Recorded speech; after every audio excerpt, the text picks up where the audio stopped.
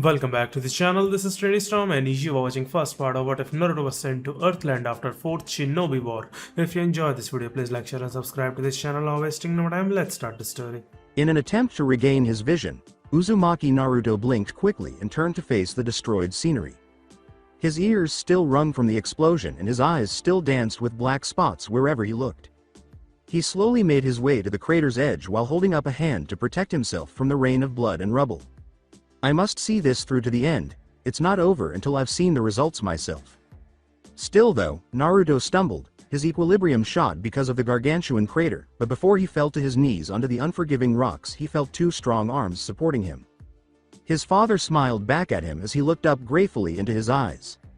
His dad, he still couldn't believe it, his dead father had been resurrected through the Edo Tensei, impure world reincarnation, by his best friend, who had betrayed the village. He still didn't understand what had brought Sasuke's change of heart, but he wasn't about to question it now. Naruto accepted Sasuke's shoulder with gratitude as the blonde strode up beside him on his opposite side. The Uchiha returned his smile with a smirk. The three of them strode to the crater's edge.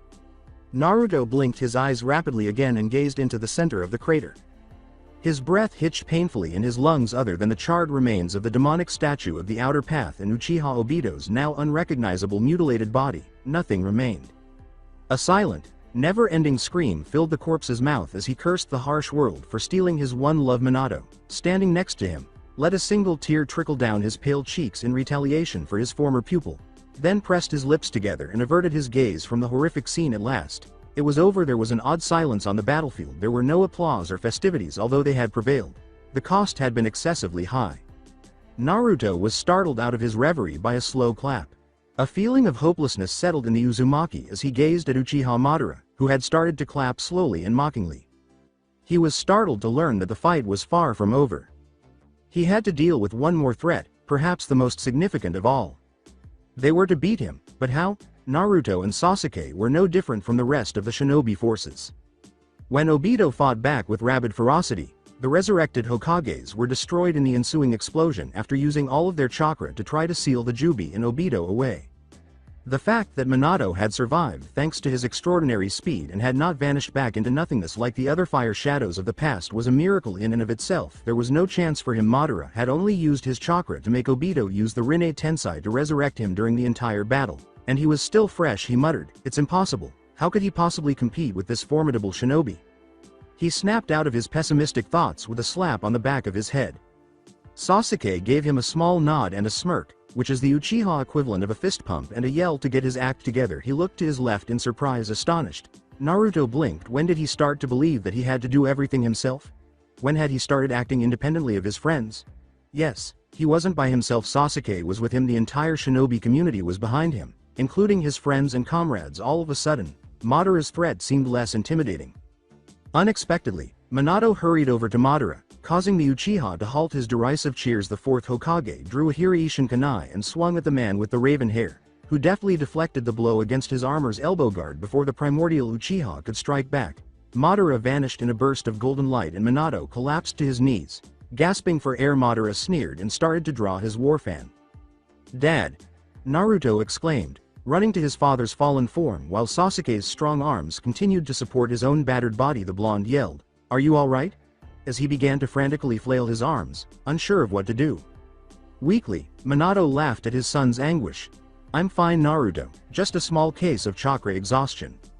I've sent Madara as far off as I could using the Hiraishin.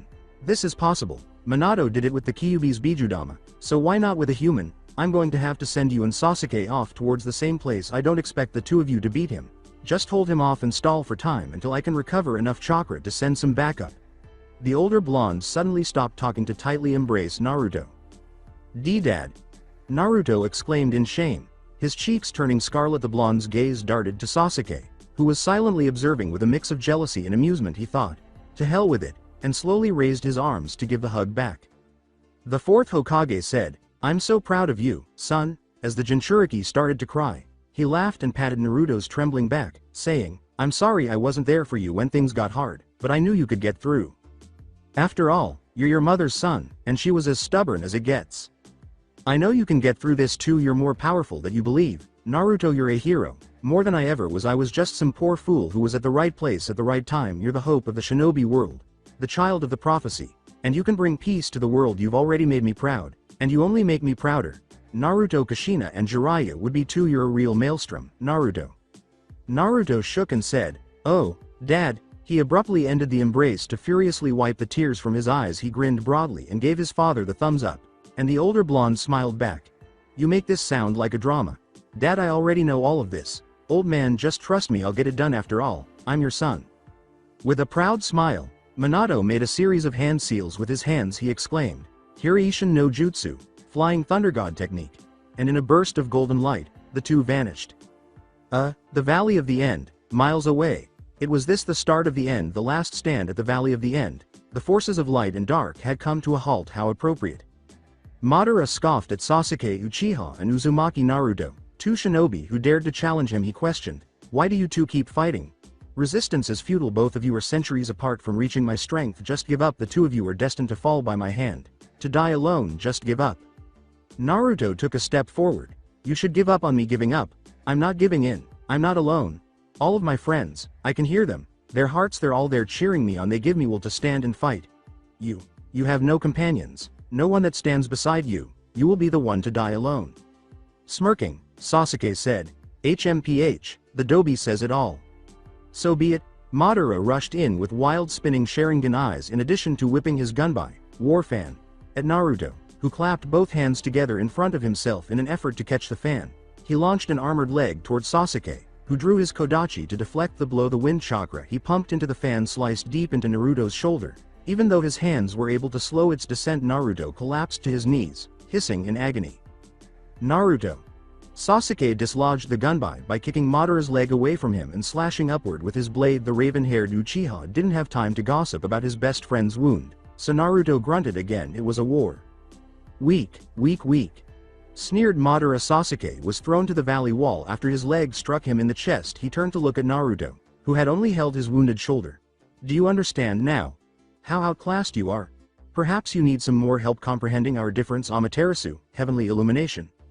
On Naruto's shoulder, black flames came to life. The blaze started to eat away at the blonde's skin, causing him to scream in pain. To Madara's astonishment, though, he gritted his teeth, lifted his hand, and clutched the arm that held the gunbai. Naruto looked Madara in the eye and smirked strangely through the pain. Boom! A larger than normal explosion was transformed into a roaring mess from hell when the injured clone exploded and the Amaterasu's hellfire combined with it. Literally in an attempt to minimize the surface area exposed to the firestorm, Madara curled into a ball as his eyes widened and he leapt into the air. How he detested jutsu, Cage Bunshin. It was one of the simplest jutsus, requiring only a single hand seal, provided the recipient possessed the necessary chakra. The resulting clone would then be a perfect duplicate of the original body, including the chakra pathway system and tenketsus. The Sharingan was ineffective in distinguishing them because even the chakra's color was the same. He winced at the burns on his back after landing hard on a branch that jutted out of the Valley of the End, but before he could tend to his injuries, Sasuke destroyed the platform he had been standing on, and he leapt from the branch and onto the water below. Sasuke spat, "TCH, almost had him that time." He concentrated his chakra at the tip of his blade of Kusanagi and aimed it at Madara. "This time I won't miss." Chidori Iso, 1000 birds sharp spear. Madara deflected the concentrated lightning beam that had formed on Sasuke's Chikudo onto his gunbai and took a few steps back. "Fool, did you really think such a basic move would pierce me?" Madara wept. He was shocked to see Sasuke grinning back at him, saying, "No, but it served well to place you in position, fool." The area was swiftly scanned by Madara's enhanced eyes. Nothing was left. Yes, nothing. No, behind. Not even higher. Where? Hold on, fuck.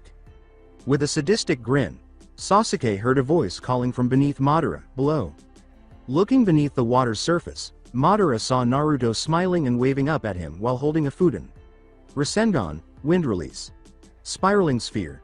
Ready. He tensed his legs, determined to jump over the shoddy trap and attack the Uchiha, but a heavy weight appeared to be placed on his right arm. "Arrogant, giving me a chance to escape. A rookie mistake." "What?" he exclaimed. Naruto rushed up and drilled the Rasengan into Madara's torso. After noticing that Madara was momentarily immobile, Naruto leapt after Madara and made roughly 4 clones as he flew. "Huh. You fell for it? Ready for a beatdown, Uzumaki style?" Each of the 4 clones the Uzumaki made kicked Madara upward, detonating as their foot made contact with the Uchiha. "You. Zu. Ma. Ki. The original Naruto delivered the last blow, slamming his heel into Madara's stomach and sending him plummeting into the water below. Haha, take that. Uzumaki Bakurenden, Uzumaki Explosion Combo. How do you like them apples? Regretfully, Naruto received a response. They were a bit weak in taste, really sweeten. Suiryuden no Jutsu, Water Release. Water Dragon Bullet Technique. Madara was at the head of a blue dragon with topaz eyes that emerged from the water. The dragon charged at Naruto, who used a ready-made Rasengan to neutralize the jutsu before turning abruptly and hurtling in Sasuke's direction. Sasuke cursed himself for being caught off guard as he narrowly avoided the draconic bullet, but the dragon still managed to take a good chunk out of his shirt. Madara looked at Naruto's wrist and scowled down at him. As it turned out, his wrist was sealed. Inryoku Fuin, Gravity Seal. When did Yoa? I see, when the clone grabbed the wrist holding the gunbai. Ingenious. But how?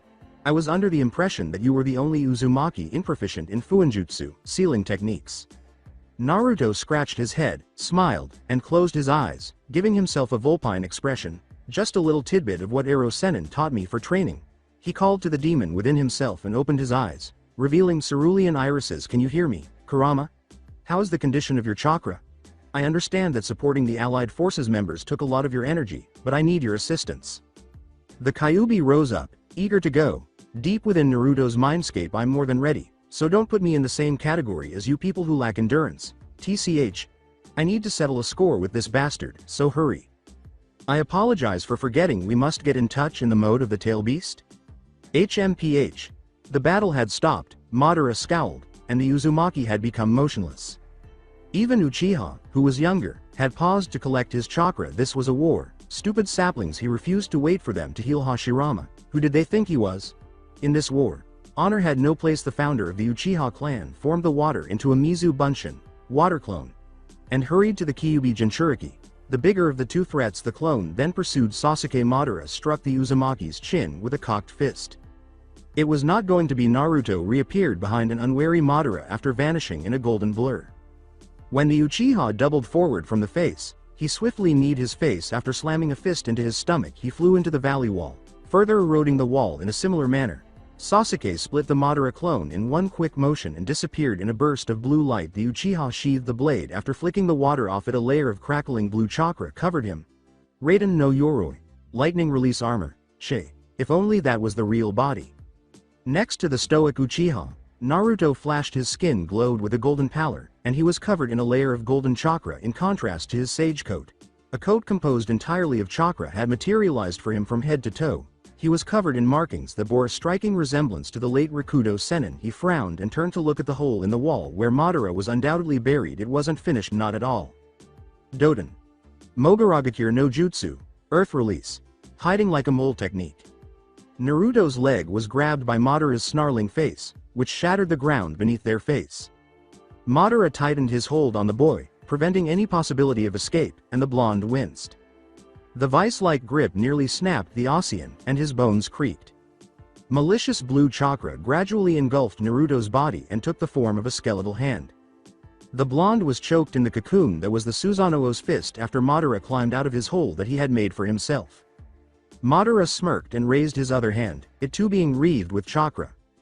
Black flames started to crackle in it, the Amaterasu's fire. Out of the corner of his eye, Madara saw Sasuke rushing to complete his own Susanoo. He with the ability to help by all means, but there was no danger from him. The Uzumaki boy would be dead before he could retaliate. Perhaps the death of this one would weaken the Uchiha boy's mind enough for Madara to control him. He tilted his head minutely at a sudden influx of chakra to his right, but paid it no mind. It wasn't like anything could really hurt the great Madara. The primordial Uchiha pounded the ethereal fist of Amaterasu, his other hand, the one that held the Uzumaki captive, intent on vaporizing the annoying fly for good. The triumphant smirk on Madara's face lasted until right before the Susanoo's fist pounded Naruto into dust, where the blonde gave a painful smirk, stuck his tongue out at the Uchiha, and burst into a puff of smoke. No. Madara whirled around to face Sasuke and his complete Susanoo. Oh no, Uzumaki. Just before he died, he cleverly planned to Kawarimi with his own clone. It was easy for the blonde to stage an escape because his clone was a perfect replica of him, down to the chakra pathway system. A clone was the ideal body to use in the Kawarimi technique, which was a simple method of switching places with another body of matter of comparable mass as long as the object being switched was not alive. This was because the clone could behave exactly like its creator but was not technically alive because it was a chakra construct. And now, completely covered in ethereal armor, Madara had to contend with a charging Sasuke. He ignored the young Uchiha until the very end because he had become arrogant. Damn it anyway, whether fully developed or not, his Susanoo was far superior to the grasshoppers. The Uchiha split the Susanoo's skeletal chakra arms into 4 and created skin. By focusing chakra on them, the hands appeared to be covered in azure flames that gradually started to take the shape of armor that resembled Madara's own to activate one of Madara's most powerful jutsus. The elder Uchiha grinned and clasped his hands into the Mi seal, while his other 4 chakra arms formed the Tori and Hitsuji seals, respectively. Tengai Shinsei, Heavenly Obstacle Quaking Star. A steadily growing roar could be heard as the clouds over Madara rumbled and started to break apart. Sasuke grimaced. He was aware of the method's special capacity to bring down a meteor from the sky. He made a chakra crossbow and raised the Susanoo's chakra-built arms. Regardless of Madara's strategy, it would be unsuccessful because his Kagetsuchi, added tool Earth Lord, would get to its target much sooner than Madara's jutsu would. He aimed an arrow made of Amaterasu, the purest, most concentrated flame he could produce, and unleashed a torrent of them. Here we go Enten. Susanoo Cho Kagetsuchi, Blaze Release. He with the ability to help by all means with the ultra-added tool Earth Lord. With a sneer, Madara shielded himself from the incoming hail of arrows by crossing all 4 of his ethereal arms over his body. TCH, fool, do you think such a basic techniques will ever pierce my Susanoo? Who said I was aiming for you? Sasuke smirked back at his ancient ancestor. When the barrage of black flame arrows all flew over his head and left him unharmed, Madara gasped in shock with the intention of eliminating this new danger. The Uchiha spun around, but his movements were dulled by his own chakra. Futon. Rasen Shuriken Renden, Wind Release, Spiraling Shuriken Combo. From beneath the water, a swarm of Narutos emerged, each brandishing the chakra-built shuriken. The air was filled with a buzzing noise as the volatile wind chakra clashed against each other in the densely packed spheres. The Naruto clones threw the wind orbs as one Madara cursed. He was powerless to help. He could only limit the damage by focusing his Susanoo as far as it would permit, but he was powerless to stop the onslaught. When the hail of Amaterasu arrows approached, the volley of Rasen Shurikens roared back. To Madara's astonishment, the Rasen Shuriken drew on the violent flames of the Amaterasu and started to glow a dull black instead of overpowering and cancelling each other out. If he wasn't locked in battle, he would have been impressed by the synchronicity of the 2 attacks. Each arrow struck its partner and was absorbed to intensify the attack, while dull booms pounded a rhythm in the barren valley, and they were all on their way to Madara Shishti. Madara snarled. Unable to let it end at this point, he had tasks to complete and worlds to rule. He extended both hands to the sky as his scarlet eyes glinted into the Rinnegan's pale indigo. Bansho Tenin, heavenly attraction of all creation. The 2 enormous meteorites roared through the sky, causing the clouds to part. Madara used his formidable chakra to drag down 2 enormous meteorites from the far reaches of space. As the projectile entered the atmosphere, Madara accelerated its descent through the Bansho Tenin, causing the meteorite to heat up to an unearthly degree and ignite with a glowing red flame. Madara laughed with a crazy gleam in his eye and threw back his head. He was the ideal shinobi, second only to the sage of 6 paths, Uchiha Madara, so it wasn't like he was going to die. With his chakra depleted by the amazing Rasen Shuriken display, Naruto collapsed to his knees. Sasuke, he cried out. Say the name of the jutsu.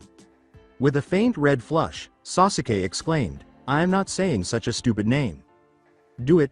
No, it'll make the jutsu stronger. Complete bullshit, together? F fine? Shikuden. Korin Shippu Shikoku no Ya Zeroshiki Renden, Scorch Release. Halo Gale Jet Black Arrow Style Zero Combo. Screamed Sasuke, his face flushed with shame. Naruto grinned and said, nothing, a final prank, if you will. I'm not about to say such a stupid name. Miles away. The allied shinobi Foss's final camp. Minato let out a sneeze. Are you alright, sir? Inquired one of the alliance's shinobi. He was dead for the last 20 years, so it's possible that he didn't recognize the young man as a Konoha nin. No, I'm fine. Someone must be talking about my incredible naming prowess. There was a loud crash as the black shurikens and flaming meteorites collided. Instead of the usual ball of wind-natured chakra, the stars exploded in a whirlpool of heat and hellfire, the three fighters were encircled by a torrent of debris as each one collided with the meteors, even though it wasn't necessary because of the Susanoo's protection. Madara shielded his eyes out of pure habit to protect the eyes that his brother had given him. Naruto seized the opportunity to plunge into the battle. He used the tailed beast mode to flash golden while he ran. Using the last of the chakra he could control, he was surrounded by the Rasen Shuriken's drab drone. The prophecy's child charged Madara. Naruto screamed as loudly as he could and charged in. His hands tied around the Rasen Shuriken so Madara had no time to flee. "If this kills me, I'm taking you with me." After that, everything turned white. Miles away, the allied Shinobi Foss's final camp. An ear-splitting pop of a blast engulfed everyone's senses for a heartbeat, causing everyone to temporarily stop what they were doing, healing wounded soldiers.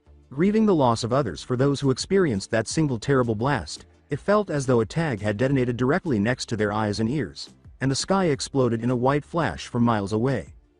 After a few beats, a terrible, hot wind blew downwind toward the Shinobi encampment, showering the exhausted soldiers with dust and other earthly debris. But like some kind of nightmare, that too only lasted a moment before the sky turned back to its typical gray. The clouds gathered overhead as the blast subsided, and it started to rain everywhere, as though the heavens themselves were lamenting some unexplainable grief.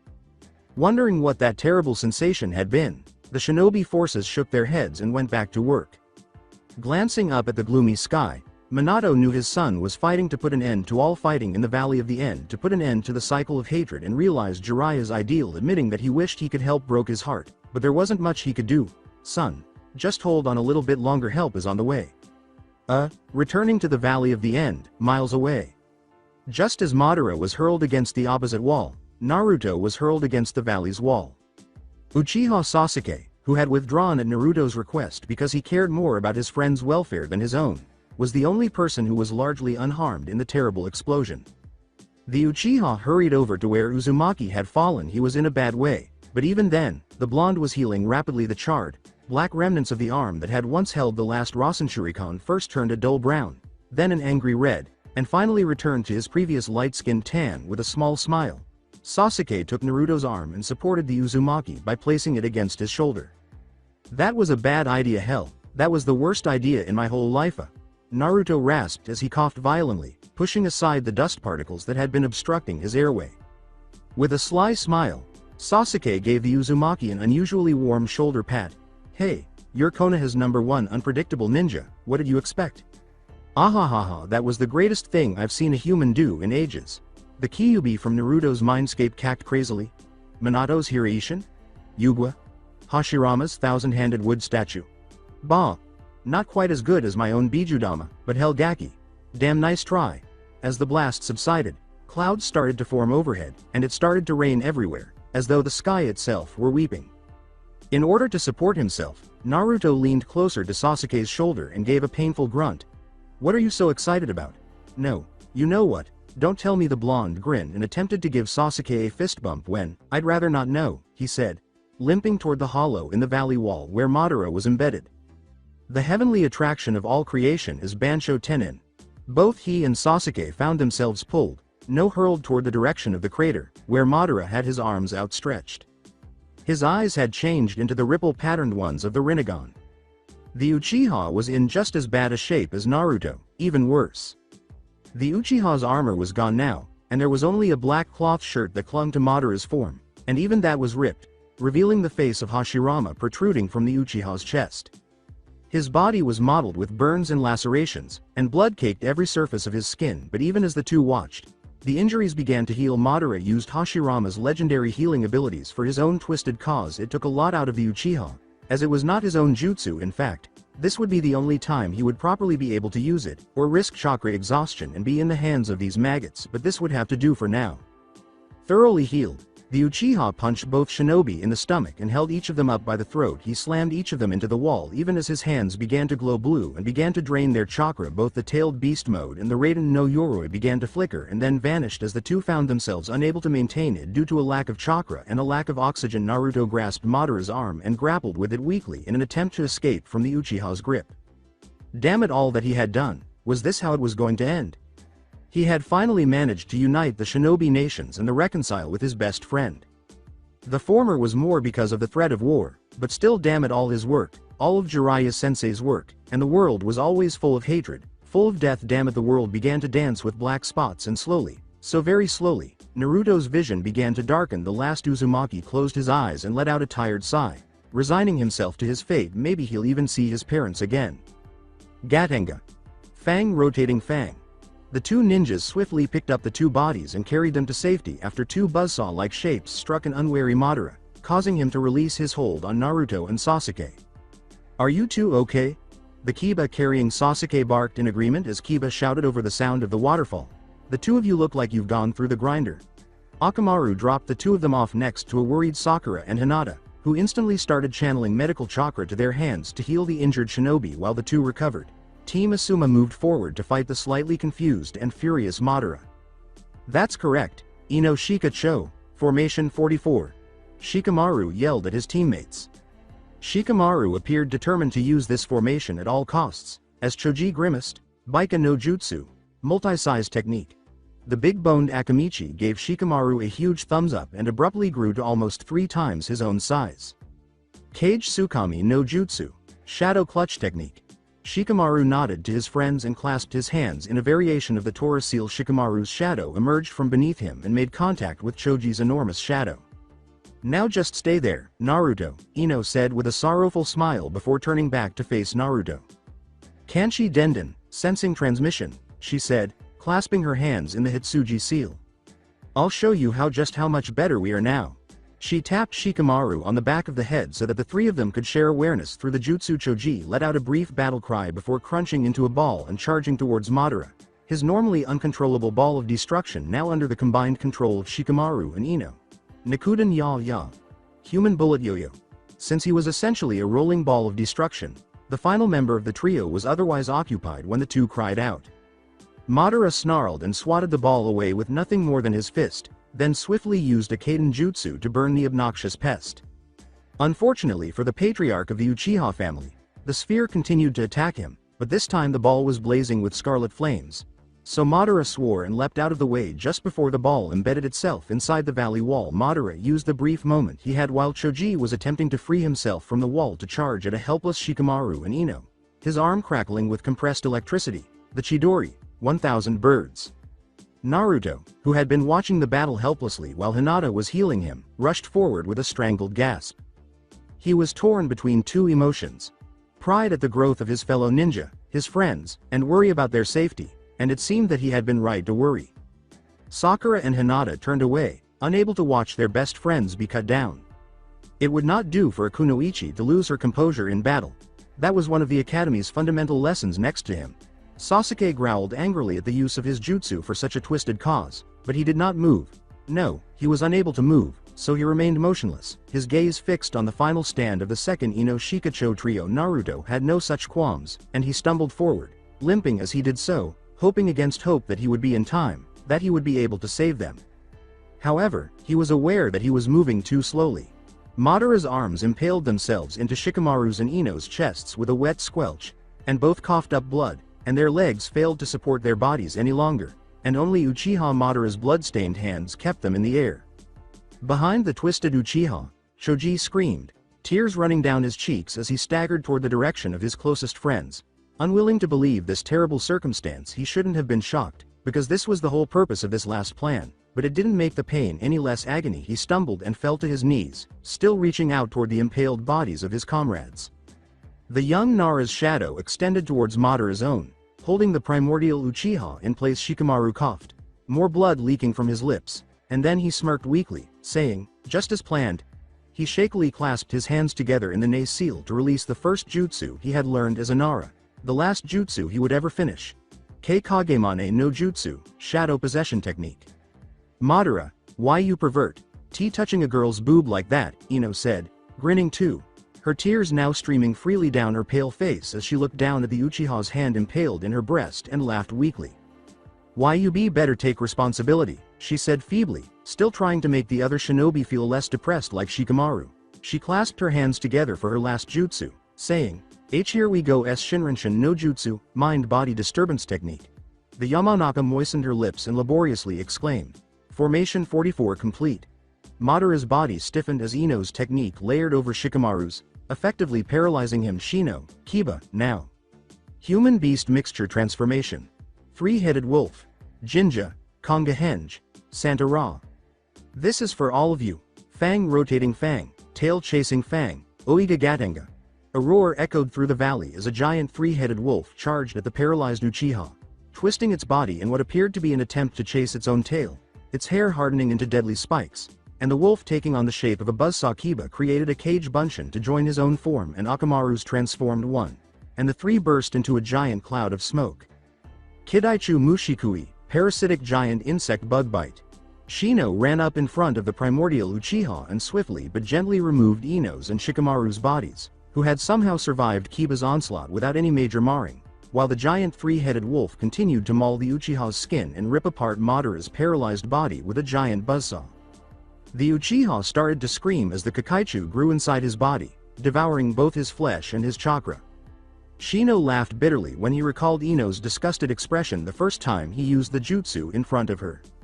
After what seemed like an eternity, the Kakaichu returned to Shino's body, and the three-headed wolf dispersed to reveal a panting Akamaru, and Kiba. Madara's body was reduced to a splotch of blood on the ground.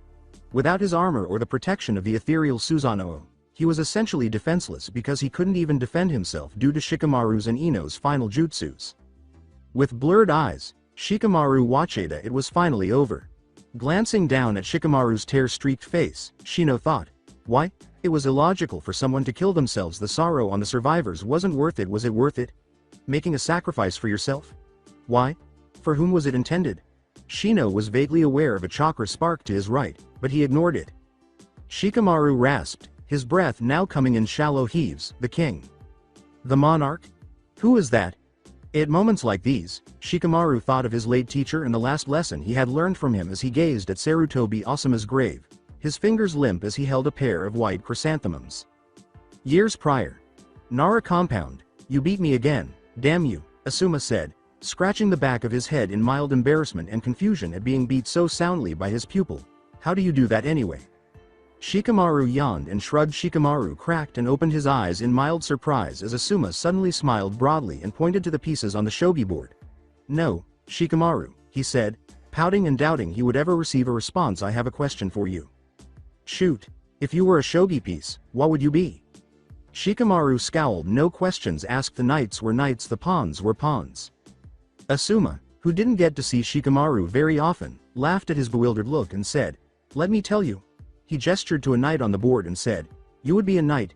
Your quick thinking and flexibility are comparable to the knight's special ability to leap over other pieces in order to advance. Shikamaru nodded. That made sense. Then what would you be, Asuma-sensei? Asuma scratched the back of his head and laughed once more. Me? I would be a minor pawn. I'm replaceable. His smile grew a little melancholy, only a little bit, barely even perceptible, but enough for Shikamaru to take notice. Then, Shika, what is the king standing for? These philosophical questions were never Shikamaru's strong suit, he thought, furrowing his brow. The Hokage? It is the most crucial component? When Asuma noticed Shikamaru about to ask the obvious question, then who is it? He smiled and shook his head, saying, you'll find out later, it will find you. Nara compound, months after Asuma's passing. Shikamaru countered his father's silver general with a pawn of his own and said, hey dad, do you know what the king represents? The pawn behind the one Shikamaru had moved was taken by Shikaku's own knight after he scowled. No, tell me however, only after I triumph. Checkmate. Oh, how annoying. Damn it. All right, dad, the king is. The kids one day. The unborn children will look after the leaf. Shino sighed and closed Shikamaru's eyes for him. The future of Konoha, of our world. Shikamaru shuddered and became motionless, his sharp eyes gazing out into the vast emptiness. I comprehend, Kiba gasped and said, it's over. Finally, it's over. The fourth Shinobi War was finally over. It was like a dream.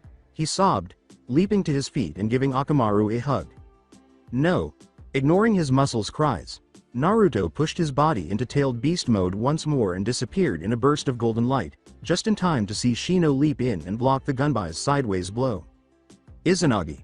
The Aburame grunted in pain as the fan sliced deep into Shino's shoulder, and the stoic bug user gritted his teeth, allowing blood to seep from the terrible wound and discolor the green of the flak jacket he held. Madara's wrist, which held the Gunbai fan, tightly, refusing to let go even as tensing his muscles caused another stream of blood to shoot out from his side.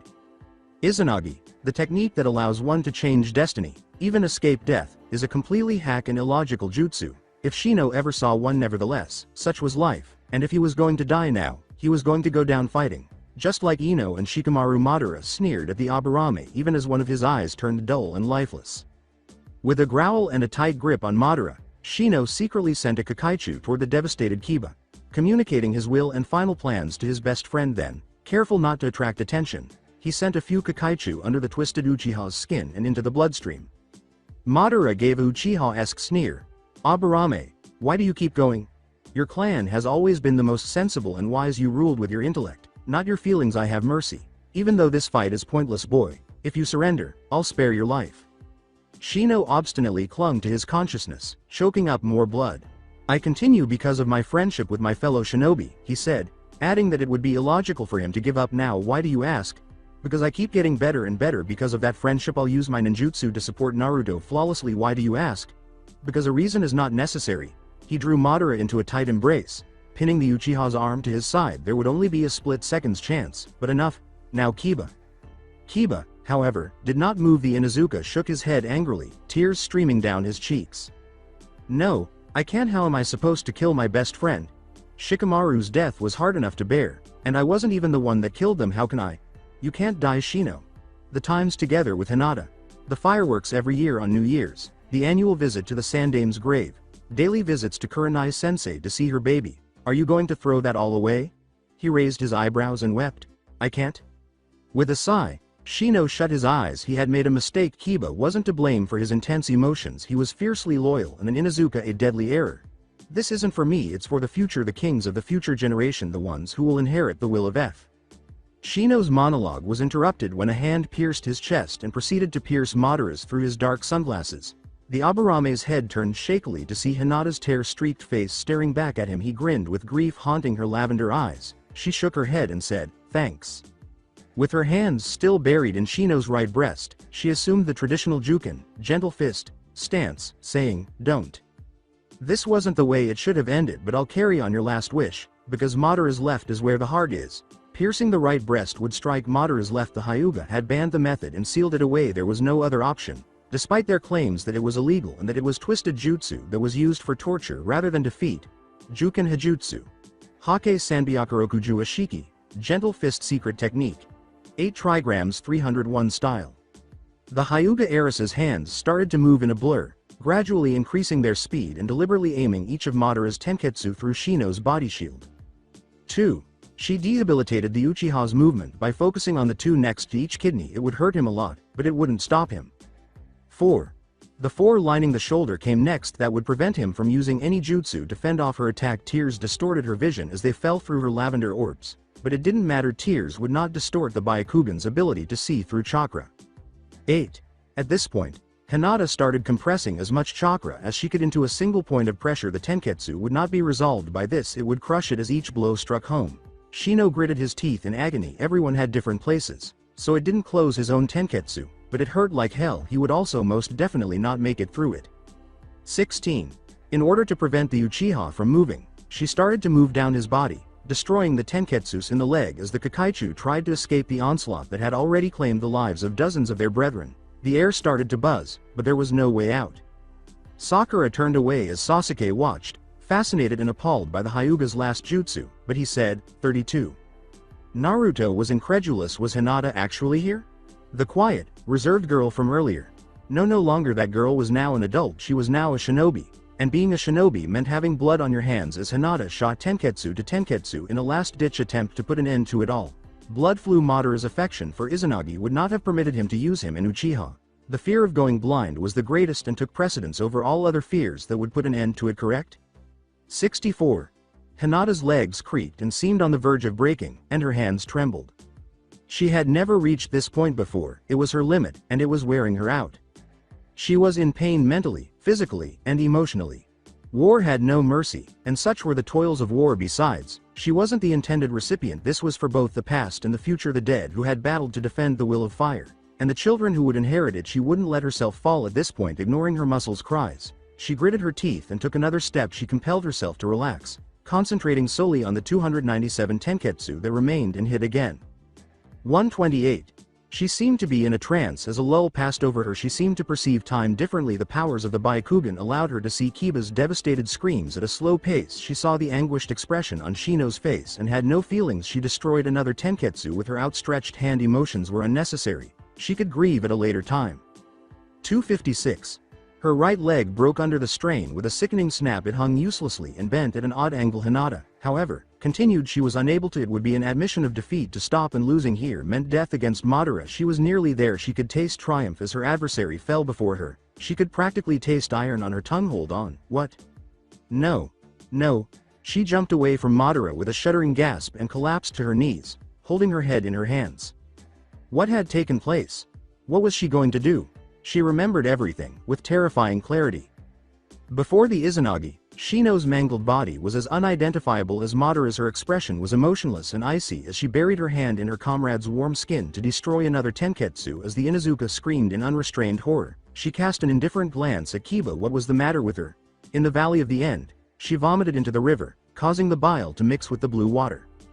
Madara chuckled. His body vanished and reappeared in front of the Hyuga's shattered form, unharmed. It was a necessary risk, but his other eye darkened and became dull. In the end, he could always rip the other Uchiha's eyes out. He dropped to his knees in front of the Hyuga heiress, jerking her chin up so she could look into his broken eyes. With his dark eyes fixed on nothing, he grinned maniacally and said, "Foolish girl. You didn't know why that jutsu was forbidden, was it? Why the Hyuga sealed it away? It was because it couldn't be controlled. The Hake Sanbyakurokuja, Ashiki, requires full use and concentration on the Byakugan and forces the user to enter a state of nothingness. To destroy a person's life, one tenketsu by another, the user must enter a state of opposites. Where the victim is paralyzed, the user moves with ever-growing speed. Where the victim is dying, the user feels more alive than ever." His grin broadened. Where the victim is full of desperate fear, the user is full of solemn elation. The Byakugan evolved from the Sharingan. It too continues the cycle of hatred, no matter how diluted. Hinata trembled as she spoke, and Madara, are you feeling the after effects? The cost of the jutsu is terrible, more so than the Izanagi. The cost is death or insanity. There is no third choice. He erupted in laughter with a shudder. Hinata sagged to one side. Her breath came in labored pants, and her eyes rolled back to the back of her head until they halted at last. Do you understand now? How hopeless it is? How outmatched you are? As the madman went on ranting, Sasuke got up and walked over to Madara, stepping over Hinata's body. Now there was no cause for alarm. There was no Susanoo, no Amaterasu, no Tsukuyomi, and most significantly, no Izanagi, because the great Madara had lost his Sharingan. He focused his chakra and raised his hands for his last blow. The bottle's varying temperatures had already caused dense clouds to form. Dense cumulonimbus clouds were produced when the Amaterasu's heat and the cold, rainy climate collided. This was his opportunity, and probably his last. He gestured for Naruto to come along, and the blonde complied silently. When the final Uchiha explained his strategy, the Uzumaki gave him a somber nod. The two would go together, at least in this manner.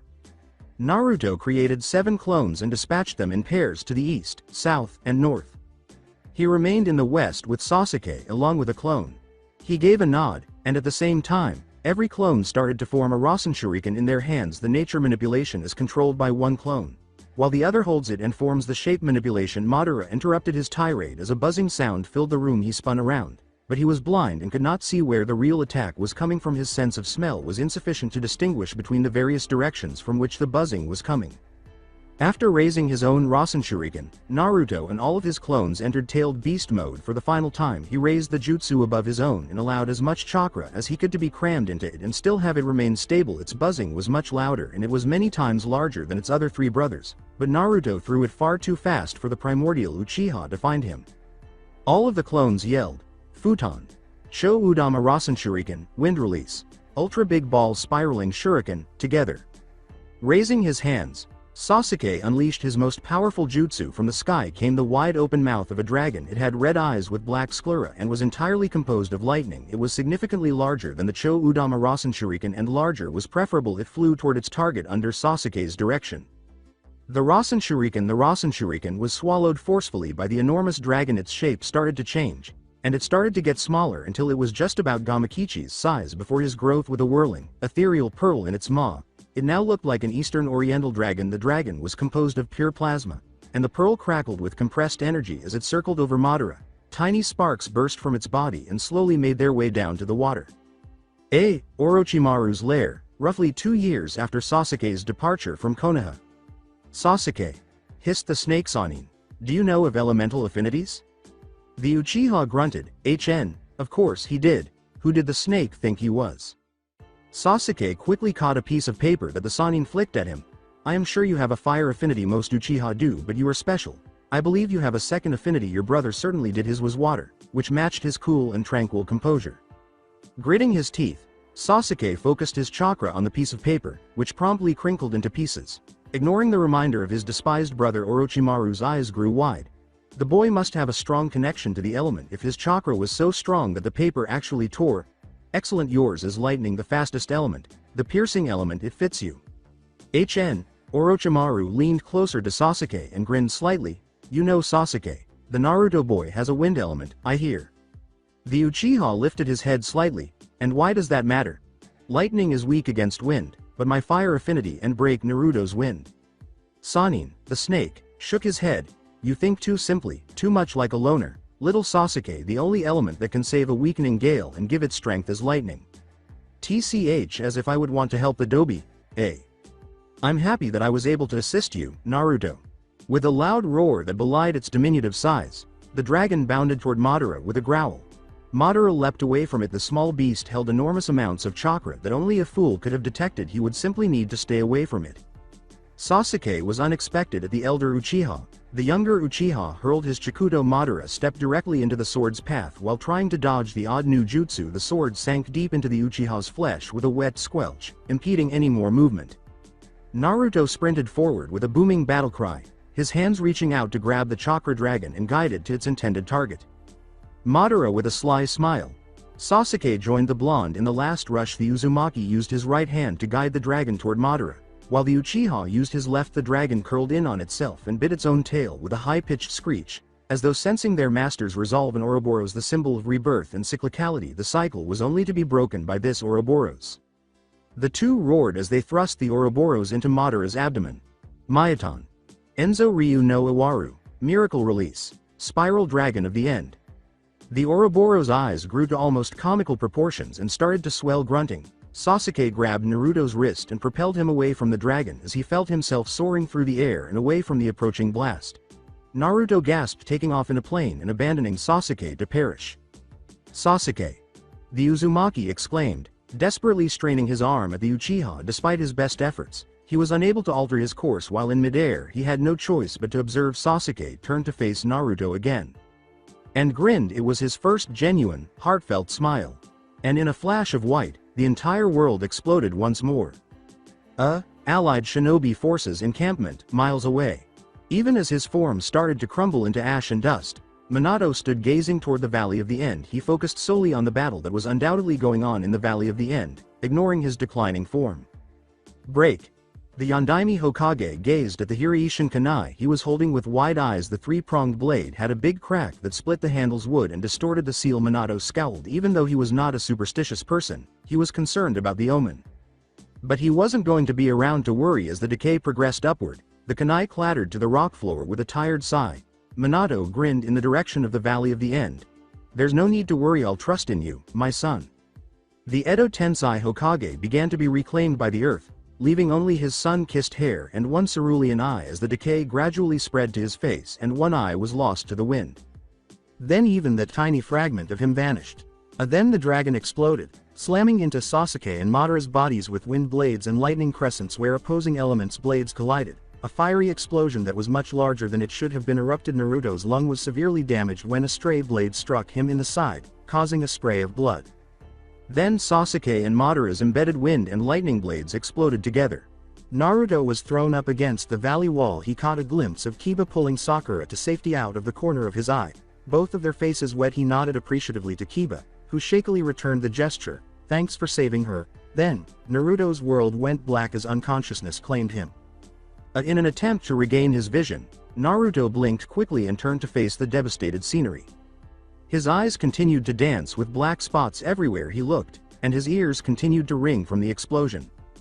He placed a trembling hand on his red-stained side and hissed in agony. He knew the injury was severe based on the flesh. He felt it or didn't feel it, but he couldn't bring himself to look at it nevertheless. The child of the prophecy stumbled to his feet and started to move toward the top of the enormous crater. He nearly lost his footing and fell into the harsh rocks as he staggered forward, but he managed to get back up. He was going to see it through, injury or not, because this was the end. Naruto quickly blinked his eyes once more and peered into the crater's center. His punctured lungs made it difficult for him to breathe. Sasuke's sword of Kusanagi, a twisted fragment of melted metal, was embedded in the middle of the crater.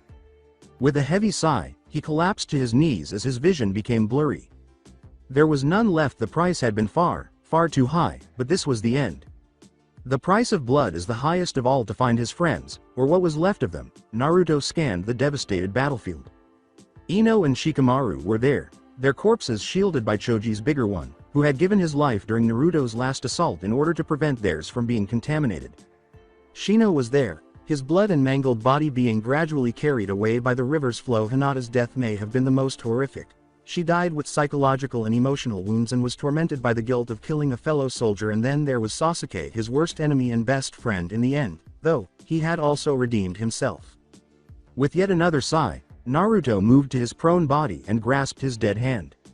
Even though he knew his words didn't reach his best friend, he told him, "It's all right." Even he thought they sounded hollow. Ero Sennin once told me, "It's not about the amount of time spent cherishing each other that matters. No matter how long you two grow to hate each other, despise one another, deep down, you're still best friends. There are so many things that I never got to tell you." He looked up at the sky as a single tear trickled down his whiskered cheeks. "I'm glad we're friends." His blue eyes gazed up at the dark sky as he fell beside the lifeless Uchiha. "To the endless sky, my friend, I'm returning home." He shut his eyes and never opened them again. When Uzumaki Naruto woke up, he was floating in nothingness, with nothing but white and more white all around him. He rubbed his eyes vigorously in an attempt to get rid of any hallucinations he might have been seeing due to his exhaustion, but nothing remained. He flapped his arms back and forth like a crazy bird, but the uniformity of his surroundings made it impossible to tell if he was moving. Hold on, what was that? A soft, golden light glowed in the distance in front of him, and the blonde instinctively started to drift in its direction until he noticed that the light was drawing nearer and nearer. "Oh no way, I refuse to enter the light." He backpedaled wildly away from the approaching light, saying, "I'm not about to move toward it now. Ero Sennin always told me to stay away from it if I saw it during training." He was Uzumaki Naruto, and he wasn't going to go out like this. He turned around and scrabbled away as quickly as he could, until he stumbled over a body. Sasuke. There were no marks or wounds on the Uchiha's body, as if he had not just emerged from a life-threatening battle with a madman, and his own orange and black jacket was completely restored, free of the various cuts and gashes. He yelled in surprise as he saw him lying horizontally on the air, looking completely at ease, as if asleep. Unaware that they were floating on thin air, the Uchiha groaned and tried to push himself up, flipping around with a yelp. Naruto laughed and stopped his wild spins. "Naruto?" Sasuke inquired unsurely. "The one and only." With a proud thump of his fist against his chest, he declared. The Uchiha looked at the blonde for a moment before slamming his fist into Naruto's cheek, causing the Uzumaki to float backward a few steps and his hands to fly up to grasp the wound. He looked at the Uchiha in shock, wondering what had caused that. "What the devil, Teme?" Naruto said, backpedaling furiously in the other direction, away from the steadily approaching Uchiha with a dangerous gleam in his obsidian eyes. "What did I do?" Out of step with his stoic demeanor, Sasuke growled and cracked his knuckles menacingly. "You have the nerve to ask? You go ahead and die while I freaking gave my life to keep you alive? Nothing ever goes as planned with you," the Uchiha said, making his duck butt point even higher as he messed up his hair in frustration. "Why do you have to be so?" He charged. So incredibly erratic. When he was embarrassed, Naruto would always laugh sheepishly and rub the back of his head. "Ah, well, you see." Sasuke's eyes widened in shock as the blonde's body seemed to melt into the source of light, and he swiftly floated forward to grasp a rapidly vanishing Naruto before the blonde could finish his sentence. His vision turned yellow, and he spun around to find the golden light directly in front of him. It was too late to turn back, and there was no way out because there was no handhold or foothold to push off of. "Oh my god, Sasuke! You had to divert my attention," the blonde screamed. "I promise that I will haunt you forever if I die." The blonde's head completely melted into the golden light, which the Uchiha perceived as some kind of portal, leaving only a writhing hand that moved erratically back and forth. The Uchiha sighed and shook his head at his best friend's foolishness, thinking, "But you're already dead." He watched as the light engulfed even Naruto's hand, leaving only him. Then there was one. Why him? It was a miracle that Naruto survived this long without him, and the blonde failed to do even that in the end. Sasuke sighed and put a hand to his forehead. Sigh. I might as well follow him. Sasuke approached the gentle ball of light and watched curiously as his hand appeared to disperse and be absorbed. Interesting. Then there weren't any Naruto? Naruto, get up. Uck. Naruto opened his eyes a little and closed them fast. When he was struck by a bright light, he opened one eye to see the two blurry figures. The one on the right had exotically colored hair. Was that pink or red? And the one on the left had tan skin and sun-kissed blonde hair. Ba-chan? He didn't know if it was surprise or anger, but he ignored it when he saw the right one stiffen. What exactly is a Ba-chan? Hey, I'm still in my 30s. A fist smashed onto Naruto's unsuspecting face, sending him careening away before he was caught by two firm arms. Now, Kushina. The person who stopped him from flying away laughed in a reassuring manner. I'm sure he didn't mean that. He probably mistook my blonde hair for Tsunade-sama. The voice chuckled. Naruto's eyes widened in surprise. He knew those voices. The blonde whirled around, breaking the man's grasp on him and promptly hugged him. Dad? Cue music. Thank you, by Naruto. Yes, son, it's me. As the fourth Hokage's arms reached out to embrace his son and gently stroked the boy's blonde hair, which was strikingly similar to his own, his eyes grew softer. When Naruto slowly and fearfully turned around, he saw his mother glaring at them in all her righteous rage, her eyes glowing with the promise of a painful death, and her crimson hair whipping around her lithe frame as if blown around by some non-existent wind. Suddenly, both father and son stiffened as they felt an overwhelming amount of killing intent smothering them. Why did you embrace your father before me? She said sweetly, causing both of the family's male members to wince. Minato in sympathy and Naruto in fear. Mom, he whispered, holding on to her as if she were his lifeline. I've missed you. Naruto looked up at his father, who gently pushed him in the direction of his envious mother. He took a cautious step forward, fearing the red-hot habanero's wrath. Who wouldn't? But then threw caution to the winds and leapt into his mother's waiting arms. She gave her son a gentle pat on the back and stuck her tongue out at Minato, who gave a small laugh, saying, I'm proud of you, Ibane. Her bloodlust disappeared, replaced by maternal concern and love that was equally powerful. Since it was only his second encounter with his mother in 16 years, could you really blame Naruto for holding on to her tighter? Kushina pointed to Sasuke, who was twitching uneasy with the amount of affection bouncing around, and said softly, Hey now, let's go say hi to that friend of yours. Raising his head from his mother's embrace, Naruto turned to face the direction she was indicating, Sasuke. Kushina's eyes brightened, and she hurried to join the Uchiha. Sasuke? She poked and prodded the raven-haired boy and stretched his cheek like an overenthusiastic ant. Mikoto Ne's baby boy. You're such a Bishonen. She looked over Sasuke's shoulder and stopped tugging at his cheek. Where are Mikoto Ne and little Ida Chibi? Sasuke smiled sadly, and Naruto spit out a little at Itachi's moniker. I don't know, Ms. Uzumaki, he said. They didn't come, he said sorrowfully, as three recognizable silhouettes formed out of the golden light that was solidifying behind him. Minato moved forward and touched the uneasy Uchiha. So, who's that behind you? When Sasuke turned, he was struck across the forehead. Urus, Sasuke. I apologize for being late. Sasuke Osokunade Gomen Neisai. I'm sorry, Itachi, Sasuke said, glomping his older sibling in a bear hug as his wide eyes met Itachi's smiling ones. I apologize for being so self-centered. I apologize for not paying attention to you. I apologize for causing you so much suffering. Itachi grinned and gave Sasuke a gentle pat on the back as Mikoto and Fugaku surrounded him and joined in the embrace. Itachi whispered, There's nothing to forgive, Sasuke. I did it to protect you, because I wanted to. Isn't that the purpose of older brothers? There was silence for a moment as Sasuke drank in the love and compassion that his brother and parents were radiating. How long had it been since he had experienced this kind of joy, this kind of comfort? He leaned into his brother's embrace, letting go of all his fears. Yeah, he said. This is really heartwarming. Hug the group, Ibane. Kushina cried, and promptly attacked Sasuke's mother, effectively breaking up the group hug instead of adding on to it. Mikoto Ne-san. Too much time has passed. Kushina. You look as beautiful as ever. Minato and Fugaku simply shook hands and walked back toward his son's side, both of them looking over at their wives as Mikoto laughed at a joke that Kushina had told. Girls will be girls. Minato shrugged. No words needed. The two women moved over, indulging in their own conversation, reminiscing and gossiping about earlier, happier times. Fugaku roared with laughter and said, "Indeed."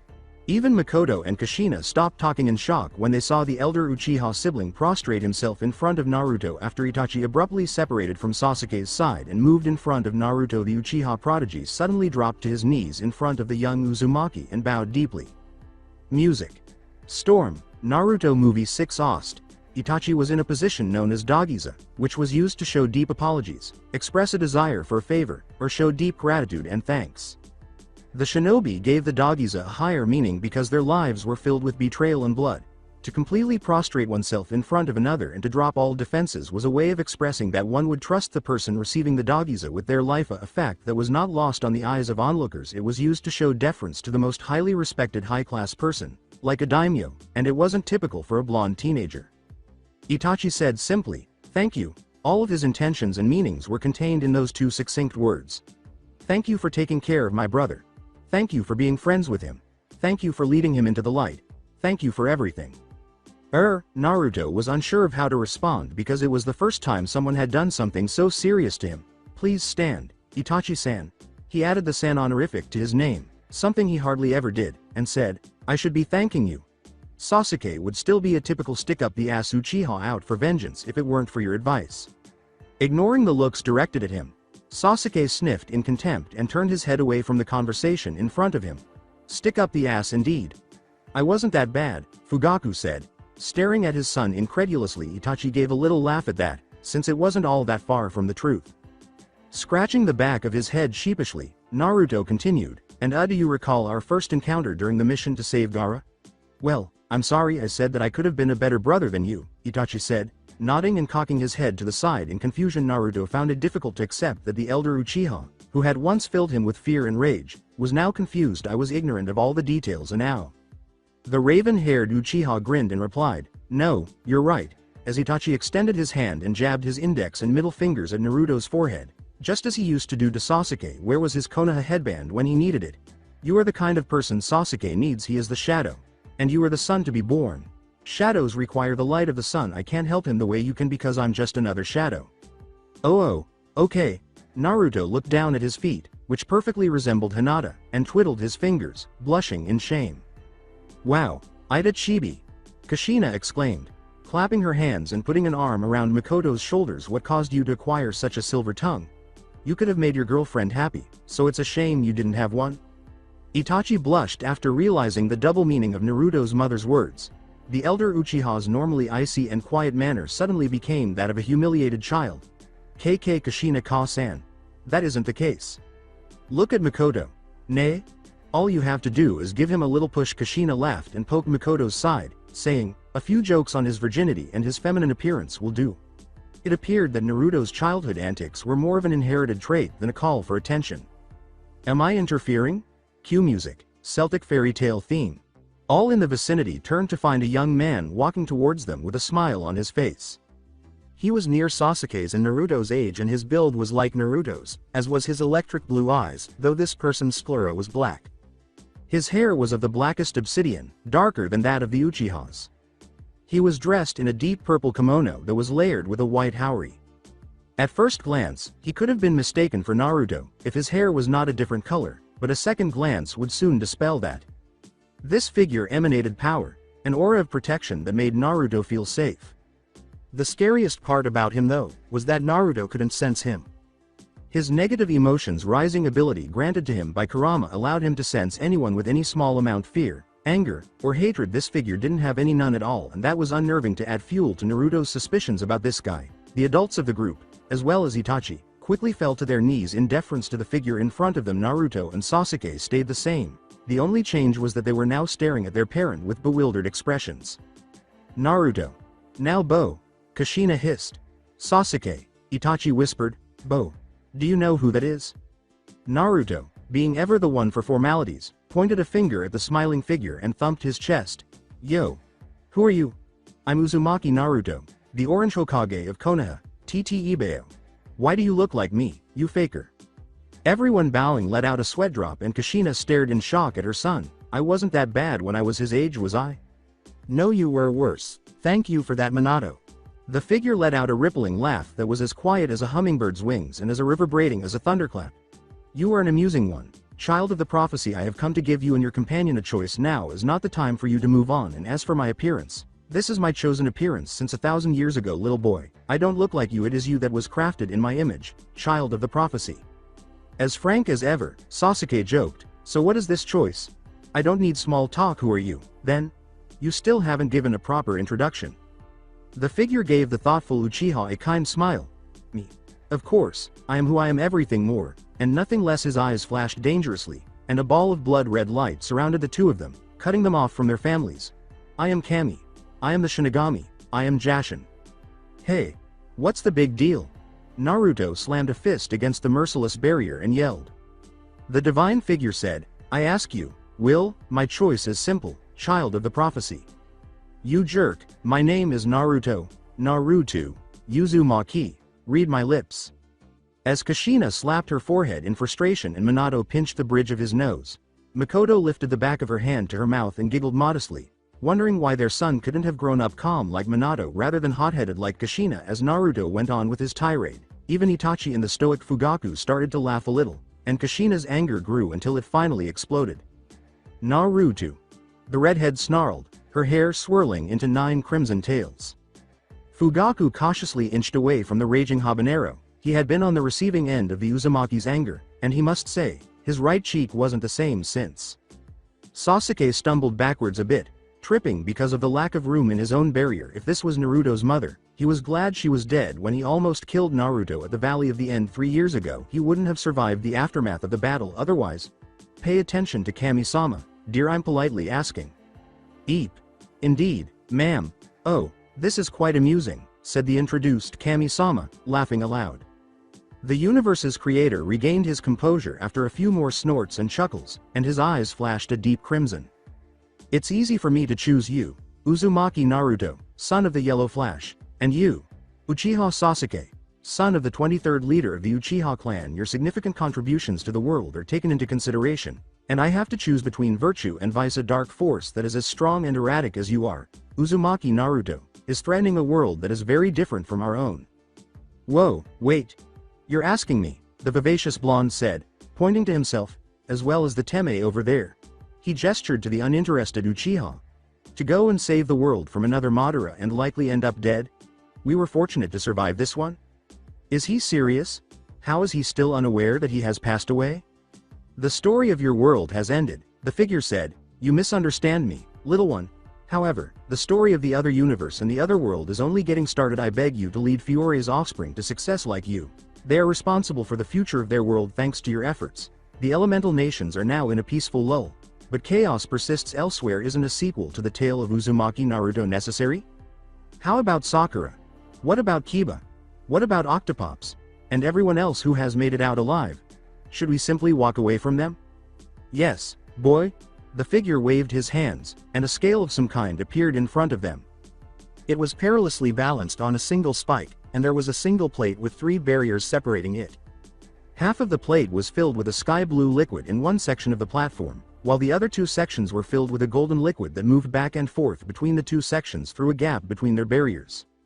This is the balance between worlds, the figure said. The golden liquid sections stand for EarthLand and its equivalent Edilus, while the blue liquid section represents your world. The fate of your world is linked to that of EarthLand and Edilus, and vice versa. The scale tipped so much that the golden liquid was in danger of spilling over to your world, signifying the destruction of both after so many powerful people in EarthLand died in what became known as the Dragon Wars. The universe started a string of conflicts in your world known as the Great Shinobi Wars in an effort to bring things back into balance, and the balance started to move back toward equality. Balance is still lacking, my son, even though the 4th Shinobi War was the final one. Your world's population is both far too large and too powerful. In order to bring the world back into balance, I am requesting that Naruto and Sasuke, the 2 most powerful shinobi currently in existence, relocate to EarthLand. But take note. This is only a decision. I can easily send others, like Hashirama or even your own father, child of the prophecy, to EarthLand for balance, but none of them are as pure and bonded as the 2 of you. You 2 are ideal for the cause. You, Uchiha Sasuke, the closest reincarnation of the sage's eyes and the one least tainted by the Uchiha's hatred, and you, child of the prophecy, the purest reincarnation of the Rakudo Senin's heart. It may interest you to know, But Killer B is the leader of the restoration efforts, and he was much more eccentric than even I could have calculated, the figure said, taking a deep breath before his face turned haggard. The other survivors of the Fourth Shinobi War are working to establish peace in the war-stricken nations. All I can do is hope he doesn't cross paths with Maida Guy unless they want to be reborn. The others who gave their lives to defeat Madara will live in peace in my realm alongside your families depending on where they are needed. They will reincarnate into one of the three worlds in this scenario. Are you able to fulfill my request? Naruto Uzumaki? Sasuke Uchiha? With a deep breath and a sheepish laugh, Naruto said, "Sorry, I didn't understand any of that." His eyebrows were furrowed in thought as he cupped his chin with his hand, raised a finger as if he had an epiphany, and lifted his head. On behalf of his less intelligent friend, Sasuke palmed his face and replied, "We accept. Naruto and I both want to mentor others personally. I don't want anyone to follow the same dark path that I did." With a gleeful clap of his hand, the powerful figure exclaimed, "Well said, son of Fugaku, well said." The figure clapped his hands once, sending a shockwave through the air as his palms made contact. "Let us begin. Perhaps you have inherited more of the sage's heart than you believe." The blood-red sphere in which Naruto and Sasuke had been captured started to glow a dull crimson, hiding the two shinobi's figure from their anxious parents, and Itachi. There were twin shouts of surprise, and the orb of crimson light dispersed to drop the two shinobi unceremoniously on their gluteus maximi. Aged to their academy days, of course Naruto let out a startled yell at his shrunken form. He was between 11 and 12 years old, possibly a few weeks before he would receive his Genin Hitai 8. Sasuke grunted in surprise at his own clothing. His jumpsuit had shrunk to fit his smaller form, but his tunic and belt had not, though his shirt had. He let out a high-pitched yelp as he tried to keep his pants from revealing more unsavory parts of himself. With a shriek of delight, Kushina started massaging Naruto's whiskered cheek. "Oh, Naru-chan, you're so adorable." Even Hinata was jealous of Naruto's intense red flush, which made him feel uncomfortable and awkward, but cuddling with his long-dead mother wasn't a completely unpleasant experience. "If only I were alive to see you like this the first time around." The youngest Uchiha thought Sasuke's diminished form was worse, but Itachi and the rest of the Uchiha family simply coughed in amusement. "Ah yes, I may have forgotten to tell you," Kami said, his broad smile indicating that he hadn't forgotten the fact at all, "but I will have to de-age your bodies to give them time to adapt to the different atmosphere of EarthLand. In addition to having the most flexible chakra coils, this age is ideal because it coincides with the body's second growth spurt and allows you to retain your fundamental abilities." As though he had just remembered something crucial, the figure snapped his fingers. "Oh, yes, your presence. I give you one boon for your service to the shinobi world." "I mean, I'm a giving god. What do you want now? The Rinnegan? Any of the tools of the Sage of Six Path?" If my memory serves me correctly, Kushina requested a bed and a soundproof room, while Fugaku requested a separate space for his family in order to make amends with Itachi. "Despite your stupid efforts, you haven't died yet because Itachi simply requested Sasuke's protection at the 5-cage summit, fighting off hundreds of samurai while simultaneously attacking all 5 cages. Really? I'm sorry for rambling again, but it's been a while since I've had visitors with whom to chat." Naruto scowled and said, "I didn't really want anything, per se. The Rinnegan just wasn't his thing, especially seeing how weird Nagato looked with it. Wish to master the Hireishin technique taught by my father. I'd like to learn his other star jutsu after mastering his Rasengan, yes, and I'd like Kurama to return in my stomach. I miss him. I only ask that my sword of Kusanagi be returned. Kami-sama, I became attached to that sword."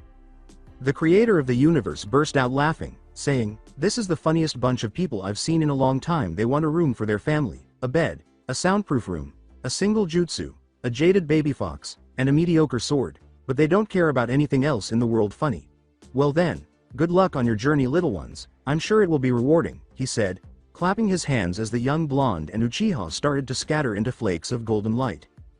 "Goodbye, son, we'll be watching every step of the way," the couple said, grinning at their child and waving sorrowfully as Minato approached Kushina and pulled her close to him to bane. In an effort to prolong the moment, the Uchiha family gave their missing son a warm embrace. "For what it's worth, I'm so extremely proud of you, son," Fugaku said. Mikoto nodded her head and smiled, her tears trailing down her porcelain cheeks. Itachi simply hugged his brother and touched his forehead with his siblings. "Remember, no matter what you do, forever and ever, I love you." After giving their loved ones a heartfelt smile, Sasuke and Naruto gradually vanished from Kami's domain. Cue music. Fairy tale main theme. Switch between Celtic, rock, and quiet as needed. A little girl's high-pitched scream woke Naruto, who blinked and rubbed his bleary eyes frantically, wondering, what the hell was this place? He rubbed his eyes once more and gaped at the scene before him. Kami, what the hell? I was done with this shit, you said? In front of him was a rather mid-sized town, the size of Nami no Kuni, Inari's town. With wood and straw houses lining the road that led into the village, it was a peaceful sight, or at least it would have been if the houses hadn't been on fire and the people hadn't been screaming in terror. The blonde maelstrom screamed into the air with righteous rage. Naruto screamed in frustration as he ran into the village to try to save everyone who needed his assistance because the poor boy was unable to get a break. What's going on? Is there anyone in need of assistance? Look, take that boy, he'll be ideal as a slave in the tower. We could be promoted. A group of men wearing black hats appeared out of nowhere with the intention of subduing the Uzumaki. It was impressive, if a little disgusting, how they coordinated their movements to defeat a teenage boy, a prepubescent boy, and it would have also succeeded if Naruto hadn't been as awesome as he was, in his opinion. You losers, come at me. Naruto, the legendary Uzumaki, will demonstrate the process for you. Futon. Daitopa, great breakthrough. Wind release. The short, de-aged Uzumaki inhaled deeply, blew out the mass of wind chakra, and inflated his lungs to a comical degree. Before realizing the seriousness of his predicament, Naruto leapt into the air and started to preen himself as the wind blew the guards away from him and sent him flying into one of the wood houses, while also extinguishing the fires in the majority of the houses. Wait, he'll be ideal as a slave. Are you people slave owners? The Uzumaki's eyes grew darker, into almost a deep purple. That's just sick. He shook his head sadly, gazing up at the unconscious bodies of the slavers embedded in the destroyed wood houses. It was a very different world, but the people here were just as avaricious as some in the elemental nations. A little girl with a ribbon in her black hair was in the middle of two burning buildings, frantically moving from side to side while crying for her brother. Naruto was startled out of his downward spiral of melancholy thoughts by the girl's faint cries, which were the same voice as the scream that had woken him up. "Oh, Oni-chan. Where are you?" The sight of the girl, who wore a collared vest over a one-piece skirt and had a small ribbon in her hair, was heartbreaking. Her shoes were covered in black ashes from the fire, and her little cheeks were streaming with tears. The wood of one of the houses broke off with a thunderous crack, unable to support its own weight due to the deterioration caused by the fire, and fell towards the distraught child. She appeared to be so engrossed in her grief that she failed to notice her surroundings, which was a fatal error. Dude. He ran as fast as he could, but his shortened legs didn't give him the speed he once had, so he cursed again, frantically trying to get to her, and flailed his arm frantically. A burst of light caused a kunai to fly from his fingertips and embed itself in the falling piece of burning wood. Wait. That kunai looked familiar. Oh, wait. With a golden flash, Naruto found himself transported directly in front of the sobbing girl, between her and the falling wood. Grunting, he took the piece of wood on his back, ignoring the pain as the increased heat caused his back to char and turn black. Goddamn, he didn't even have time to enjoy the fact that he was able to effortlessly use his father's cherished jutsu. With a hiccup, the girl stopped crying and looked at her blonde savior, who was still hissing from the pain of the fire, incredulously. What are you doing? Run. I'm aware of my beauty, but I can't maintain this indefinitely. Get out of here. Even though the fox himself appeared to be dormant, Kurama's chakra was healing the wound as quickly as it was burning him. Unfortunately for him, this girl appeared to be deaf or something because she was still staring at him with tear-streaked eyes. The blonde hissed. Why are you still in this place? They will discover us if we remain here. A small girl with flaming scarlet hair in a short bowl cut, about 10 years old, clamped down on the black-haired girl's wrist and started dragging her away from the fight. But Oni-chan is still, the girl sniffed, but she still let herself be dragged away by the other girl's strong hold. There was a loud crash behind them, and when they turned to face the blonde child who had saved their lives, they saw nothing but the remnants of the burning piece of wood that had nearly crushed him. And no clothes, no blood, nothing, and they mouthed a silent thank you to their savior for his sacrifice before heading outside to the edge of the village. The two hurried away from the group of people who were out looking for kids to kidnap and toward an old, run-down house. The scarlet-haired girl was looking for a place to hide her crying companion when an unwanted face appeared. Simon, her friend, had already been taken, and she was damned if she was going to allow another friend to be taken. Want to come with Oni-chan, little girls? One of the slavers said, his black hat skewed to the side and his ripple-patterned jacket ripped to shreds. He had an insane gleam in his eye, as if he had gotten too used to all the madness around him and had begun to enjoy it. He drew a knife from his belt and began to stalk menacingly towards the little girls. Would you mind accompanying me? I'll create things more pleasant. Entry in dynamic. With a traditional jumping side kick to the face, a blonde blur struck the insane slaver, causing him to roll on the ground and clutch his face in agony. "Are you two okay?" As Naruto examined the two girls for any obvious wounds, he remarked, "Geez, I can't leave you two alone for even a second. You've passed away." The raven-haired one mimicked her companion, forgetting her fear in the sheer impossibility of the situation, while the one with scarlet hair proclaimed, pointing a quivering finger at the laughing boy. "Hee. Young grasshoppers, you undervalue me. Never underestimate Uzumaki Naruto, Shinobi extraordinaire," exclaimed Naruto, cackling and placing his shortened fingers on his hips. Grabbing the two girls by the wrists with both hands, he hurried them to an empty crate, removed the top, and looked inside the cramped room, saying, "Damn it, there's only room for one person." "I'll stay here," the older girl said, defiantly crossing her arms and shaking her wrist free from Naruto's hold. "Release her." "If you're sure," Naruto said, nodding to the young girl as he gazed at the redhead and the fiery determination in her eyes. It reminded him of himself, of more tranquil times when he had fiercely declared that he would become Hokage. The other female, who had begun to sniffle again after she recovered from her shock at seeing Naruto alive, reminded him so much of Hinata that it nearly hurt. "Then, help me with this one," he said, nodding to her. Ignoring the little cry of surprise at the scene, Naruto picked up the sniffling girl bridal style, hooking one arm beneath her knees and gently supporting her back with his other arm before placing her inside the wooden crate. "Hey, look, Jeff is here, and he's also unconscious." "Yeah, I heard it was this blonde kid, over by that junk house over there. I heard some noise." When the sound of stumbling feet and the clanking of swords and knives approached their small hiding place, Naruto muttered a curse, and he and the other red-haired girl gazed at the black-haired one's tear-streaked face and grinned softly, saying, "Stay here, and hide." Despite her trembling, the girl found the courage to ask, "And you?" With a beatific smile, the scarlet-haired one said, "I'll find somewhere else to hide."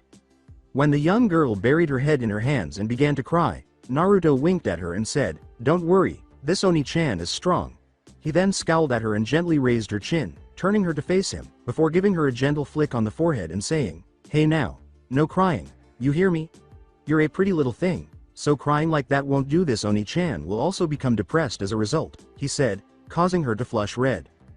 The slaver's rambling voices and the sound of trudging feet grew louder. "Hey, I think I heard something over there. That's Hidan's body, right?" "Yes, it is. That moron, dozing off at work. Remind yourself to kill all the adults and take the children." "Yeah." With a furtive glance to the side, Naruto quickly glanced down at the girl's trembling form. "Don't worry." He glanced at his other female companion, who nodded back to him. The two of them smiled down at the young girl in the crate. Live, bam. They slammed the door of the wooded crate rather harshly and began to move away from it, as to keep it from suspicion. "Hey, look, we found two of the little buggers," one of the slavers said, obviously the leader. This one held some sort of cheap gladius as his weapon of choice, and it was obvious he wasn't proficient at wielding it by his tight and stiff grip on the blade. It didn't change the fact though that they towered over Naruto and the little girl, at 12 and 10 years old respectively. "I'll keep them at bay." Run. Naruto pushed his companion away from the impending battle and assured her that it wouldn't be difficult at all. She nodded and fled into the forest, swiftly vanishing from sight. "One of them is escaping. Shit, go after it. I'll get this one," the leader of the slavers bellowed. Waving his gladius back and forth, the group of about 10 men split into two, 5 moving towards the forest, and 5 continuing their walk towards Naruto. Unfortunately for them, they found all of their paths blocked by the blonde, or was it blondes? "What the fuck? There are more of them, boss. He must be a magician of some kind," one of them cried, suddenly losing his bluster as he saw that they were outnumbered by the overwhelming copies of the same blonde that they were about to kidnap now. "They're just kids. The more people you can abduct, the better. We already got like 4 from this village alone. What's a few more?" Naruto frowned at that. There were more that were kidnapped? In hindsight, it only made sense after all. A village didn't usually have only 2 kids, like the 2 he had found, and probably had more. The fact that he didn't find any than the 2 he had saved meant that the others were already captured and most likely already escaping the village to wherever the slavers were going. The first decision would be to beat up these sorry excuses of fighters that were approaching him and then force them to tell him where the villagers were going. But that decision had a whole bunch of problems. The place where they were going could be miles away and would most likely be very heavily guarded. That was a no-go. They couldn't hurt the slaves permanently, lest they hinder his ability to work, and any restraint placed on them would be easily broken by the young blonde when he and the others broke out, so it made sense for Naruto to join them as a slave. However, the idea made him want to throw up, but it was the best course of action. "We'll go with you." The slavers exchanged glances at the apparent change of heart, missing the slight leer that flickered on the original Naruto's face, while the crowd of Naruto's chorused and held out their arms in mock obedience. The leader of the slavers sheathed his gladius and said, "Oh, all right, kid." Naruto nearly broke down in tears at the rookie's error, but it didn't matter if the group of blondes had surrendered or not. What idiot sheathes their weapon in the middle of a group of enemies? Bah, what scrubs. The Uzumaki forced himself not to retaliate and let himself be chained together in a line. The original was somewhere near the middle, but not quite, placed randomly. It was stupid to have the original leading Naruto nodded to one of the clones, and the clone gave an experimental tug on the rusted chains with a loud clang. The chains on the clone's hands snapped in two, freeing him from his restraints. The clone let out a sheepish chuckle and scratched the back of his head when the slaver's eyes swung towards the blonde. He puffed out of existence soon afterwards. It made sense, didn't it? Naruto lied and said, Sorry, some of my clones have too much power and disperse because of their instability." The slavers nodded enthusiastically, and the group started to leave the village by walking down the road. Naruto exhaled with relief, knowing that in a few more minutes he would be on his way to freeing the remaining captives wherever they were going, and nothing could go wrong. Thwacked. With a strangled scream, the slaver behind Naruto's line collapsed to the ground, unconscious, and then passed out. Naruto's red-haired companion was standing there, gasping for air, clutching a rather thick piece of wood that she had undoubtedly found in the woods. Why would she return, stupid girl? A hero always comes late. The girl brushed a flyaway hair behind her ear and panted, saying, "Sorry. He was never that bad when he was her age, right?" Naruto moaned and palmed his face, wondering who this girl thought she was and why he used such a cliched quote. "Blonde Oni-chan, I'll keep you safe," she shouted, brandishing her lump of wood as if it were a sword. But this piece of cellulose was twice as unbalanced and bore no resemblance to a sword. She still held her makeshift club, but her trembling revealed her fear, and Naruto let out a deep breath before leaping between her and the slavers, knocking her to the ground. Then, out of the corner of his eye, he saw a few of the slavers draw their knives and tread towards the young girl, who, after her initial charge, seemed to realize how foolish her decision was and began to lose her bluster. Naruto sighed, knowing that something always had to go wrong. "Calm down, kiddo. I let myself get caught so I can save the rest of your friends," he yelled. "Ow. I think I tripped," before whispering in her ear, "I'll protect you if you come with me." "It's fine, she's coming with us." The leader of the slavers nodded and left the girl alone, since she was already practically attached to the hip to one of the many blonde prisoners they had gotten. The girl's eyes widened, and she dropped her club in surprise. He gave her a reassuring smile and got up. Offering her a hand, she took the blonde's hand rather shyly and hid behind Naruto, away from the amused and some lecherous grins of that group. Naruto turned to face the girl hiding behind his back as the strange group of slavers and slaves made their way out of town. "So, kiddo, what's your name?" "Uzumaki. Naruto is mine." The girl giggled a little at the unusual name and said, "My name is Urza." Her shy smile faded slightly as she continued, saying, "I don't know my last name, though I was an orphan at birth." "That's okay. I was an orphan too," Naruto said with a kind smile as he looked down at Urza. Urza gave Naruto a little itai when he prodded her forehead as she raised her head to look at his smile. "Tell you what, how about I make you a last name?" "Give me one." "Yes, what about Scarlet?" "Urza Scarlet, don't you think that sounds good? It goes well with your gorgeous red hair." "Ma's red hair looks so much like yours." Urza turned away from the smiling blonde and flushed a deep crimson to match her flaming hair. "Urza Scarlet? I like it," she said, nodding. In friendly silence, the two, or 21 if you include the slavers and the clones, strolled into the fading sunset. The ruins of Rosemary Village, the next morning. Q. Naruto, sadness and sorrow.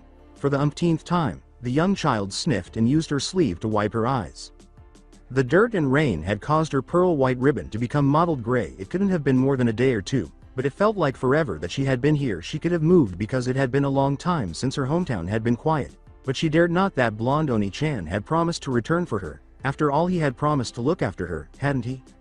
She wiped away her tears and sniffed once more. She whispered, "Oh, Oni-chan." Her head was in her arms as she squatted in the crate's rough, unsanded wood with tears streaming from her obsidian eyes. She muttered, "Simon Oni-chan. Redhead Oni-chan. Naruto Oni-chan." Then, as she was reminded of Naruto's final words, they came to a halt. Hey, you hear me? Don't cry now. You're a pretty little thing, so crying like that won't do this. Oni-chan will also be saddened by it.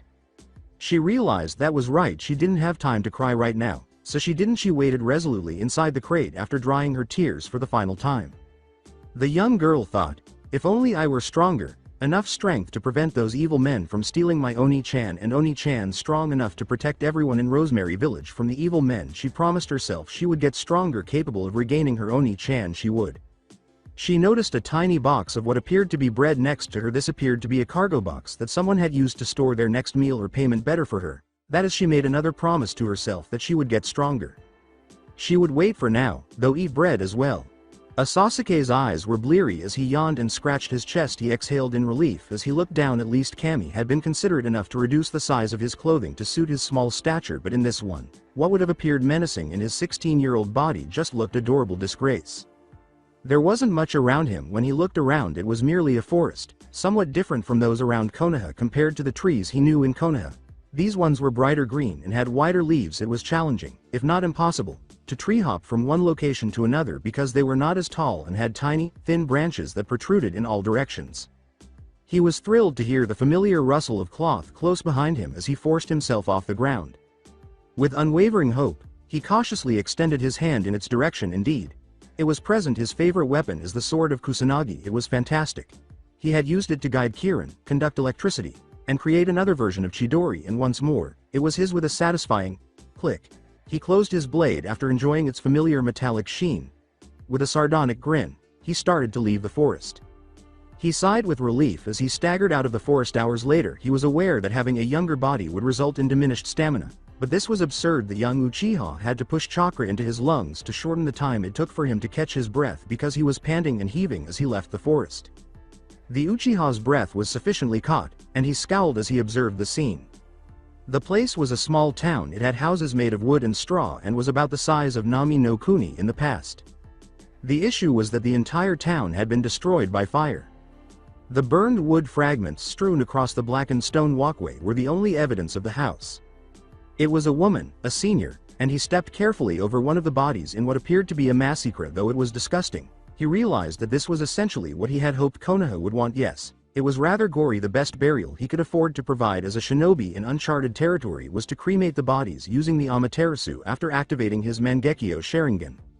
He gasped and collapsed to his knees after finishing the jutsu, making it clear how much his chakra reserves had been depleted. Goddamn, 4 years ago, was he really this pitiful?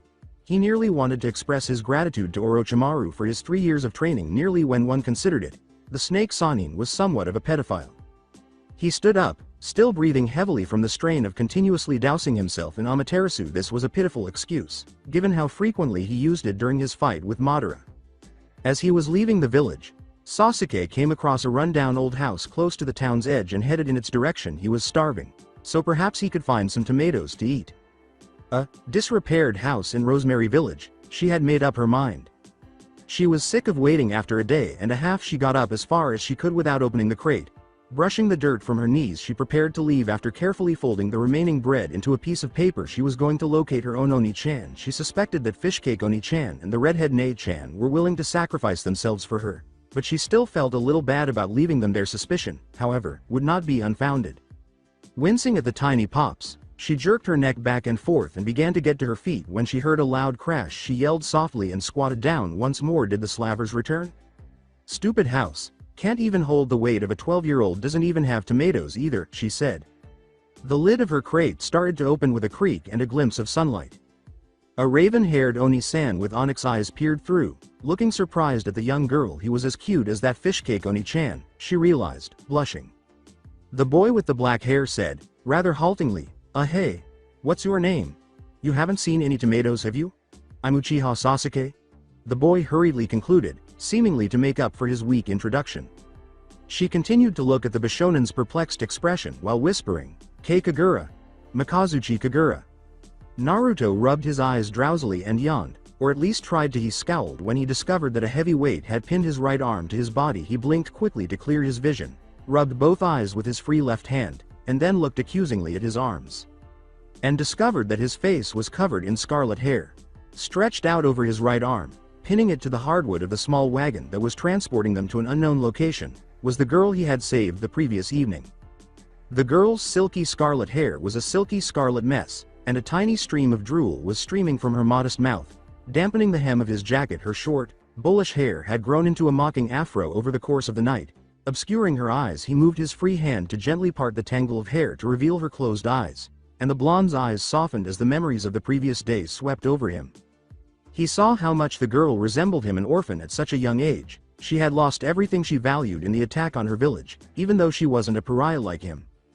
The scuffed, filthy sleeping forms of the other abducted victims surrounding her served as the only reminder of her past. The blonde's lips pursed into a thin line and his eyes hardened. He would keep her safe if he couldn't even keep one young girl safe. What sort of child of prophecy would he be? What about protecting? Where was he? Naruto looked around as his head shot upward. What a fool. He had left himself totally defenseless, lost in his own thoughts in the post-sleep fog. And in enemy territory. The wagon he was in now was shoddily constructed, essentially nothing more than a pile of wood and nails, and it had no roof to keep the weather out. That was okay. In fact, in this instance, it was better. He eyed his surroundings. The sun was in a rather high position in the east, marking it about an hour before noon, another jab at his conscience as to how much he had let himself go yesterday. A shinobi always woke with her before the sun. Ah hell, he was still a genin anyway. The air was saturated with the smell of brine, as sure sign that he was near an ocean, or at least some sort of sea. So far, everything was unfamiliar. Even the trees. These trees had a broader leaf and a more vibrant green than the ones back in Konoha, and they had a myriad of smaller branches jutting out at random intervals than the small number of thick ones he was used to there when tree hopping as an escape route. Surroundings thoroughly checked, Naruto proceeded to examine the people around him. The majority of the slaves were children like him, and all of them were, well, just kids. They had no place in this slavery business. There was one child though, that caught his eye. The boy had black hair, a wide jaw, and a slight frown on his face while he slept. The boy had crossed his arms so uncomfortably even while he was sleeping that the slightest shock would cause him to awaken. Promising one. Naruto yawned again and gently nudged Urza. Urza-chan, wake up, it's morning, he whispered. She gave an incomprehensible grunt in response with a cheeky grin. He suddenly thrust his fist's first knuckle into her side, just below her ribs, not enough to hurt, just enough to jolt her. "Ay!" she shrieked, effectively acting as an alarm clock for everyone in her vicinity. All around her, the surrounding prisoners stretched and yawned just like Naruto had done minutes before, and even the drowsy guards were shocked awake. The redhead cupped her hands protectively around her sides, an ineffective but cute gesture, and glared at the grinning blonde before edging away from her harasser. "Good morning," Naruto said brightly. "Glad to see you looking so alive, TT Ibeo." He still understood ruins of Rosemary Village. Gazing down at the young girl in the box, Sasuke gazed. To be honest, she looked like a complete mess. It was clear that she had been crying, and for a while. Her eyes were puffy and red, and her ebony hair was streaked with filth and grime. Her cheeks were stained with tear lines, and the ribbon atop her head was wrought with wrinkles and rips where the girl had wrung it over and over again in worry, if not for her chestnut eyes. Sasuke thought she looked a lot like Hinata. Even though this girl appeared to have some steel in her, she still had the same shy fear and princess hairstyle. Sasuke blinked. The girl returned the blink. The trance that had descended upon them was abruptly broken. The young girl shouted, "Rawr!" and leapt out of the small crate. She apparently didn't notice that all of the bread was crumbling into crumbs, so she immediately started beating the Uchiha over the head with her package. She puffed and huffed, ignoring her little tirade in favor of beating the boy in front of her. "I won't let you take Kagura. Not like how they took the redhead Oni-chan and the fishcake Oni-chan and Simon Oni-chan and," she said. Sasuke yelled as the bread bag attacked him from all directions. "Whoa, wait. I'm not here now. That hurt. Hey, I'm not son of a..." He was also unable to murder her. How did Naruto cope with his newly discovered conscience? Sasuke snatched her wrist and shook it, fed up with the relentless girl attempting to attack Hima. The word here being trying. The girl froze in terror, as was to be expected. With a sigh, Sasuke cupped her chin. His onyx eyes flashed with annoyance as he growled, "Read my lips, kid, I'm not a bad guy." Kagura reluctantly nodded, afraid to speak for fear of upsetting the frightful Oni-chan.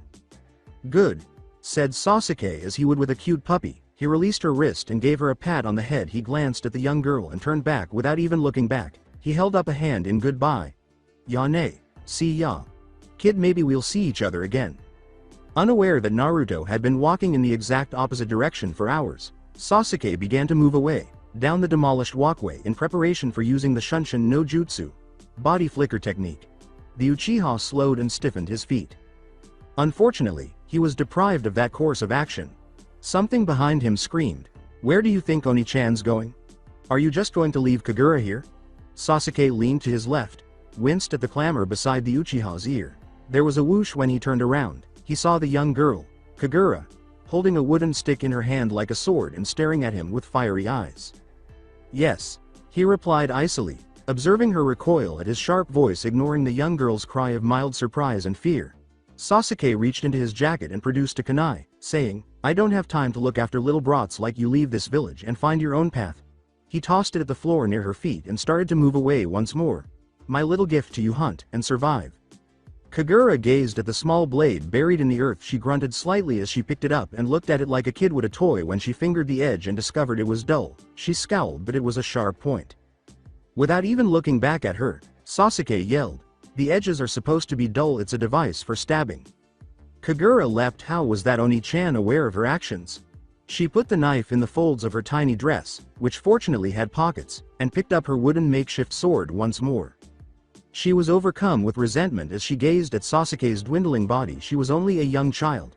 How dare this Oni-chan look down at her as if she had no chance, ignore her, and abandon her like this? She would show him, though she would disprove him by surviving in the wild with a fixed expression. The young girl stalked back to the village's ruins. Perhaps she could find something else to eat. Bread was growing stale.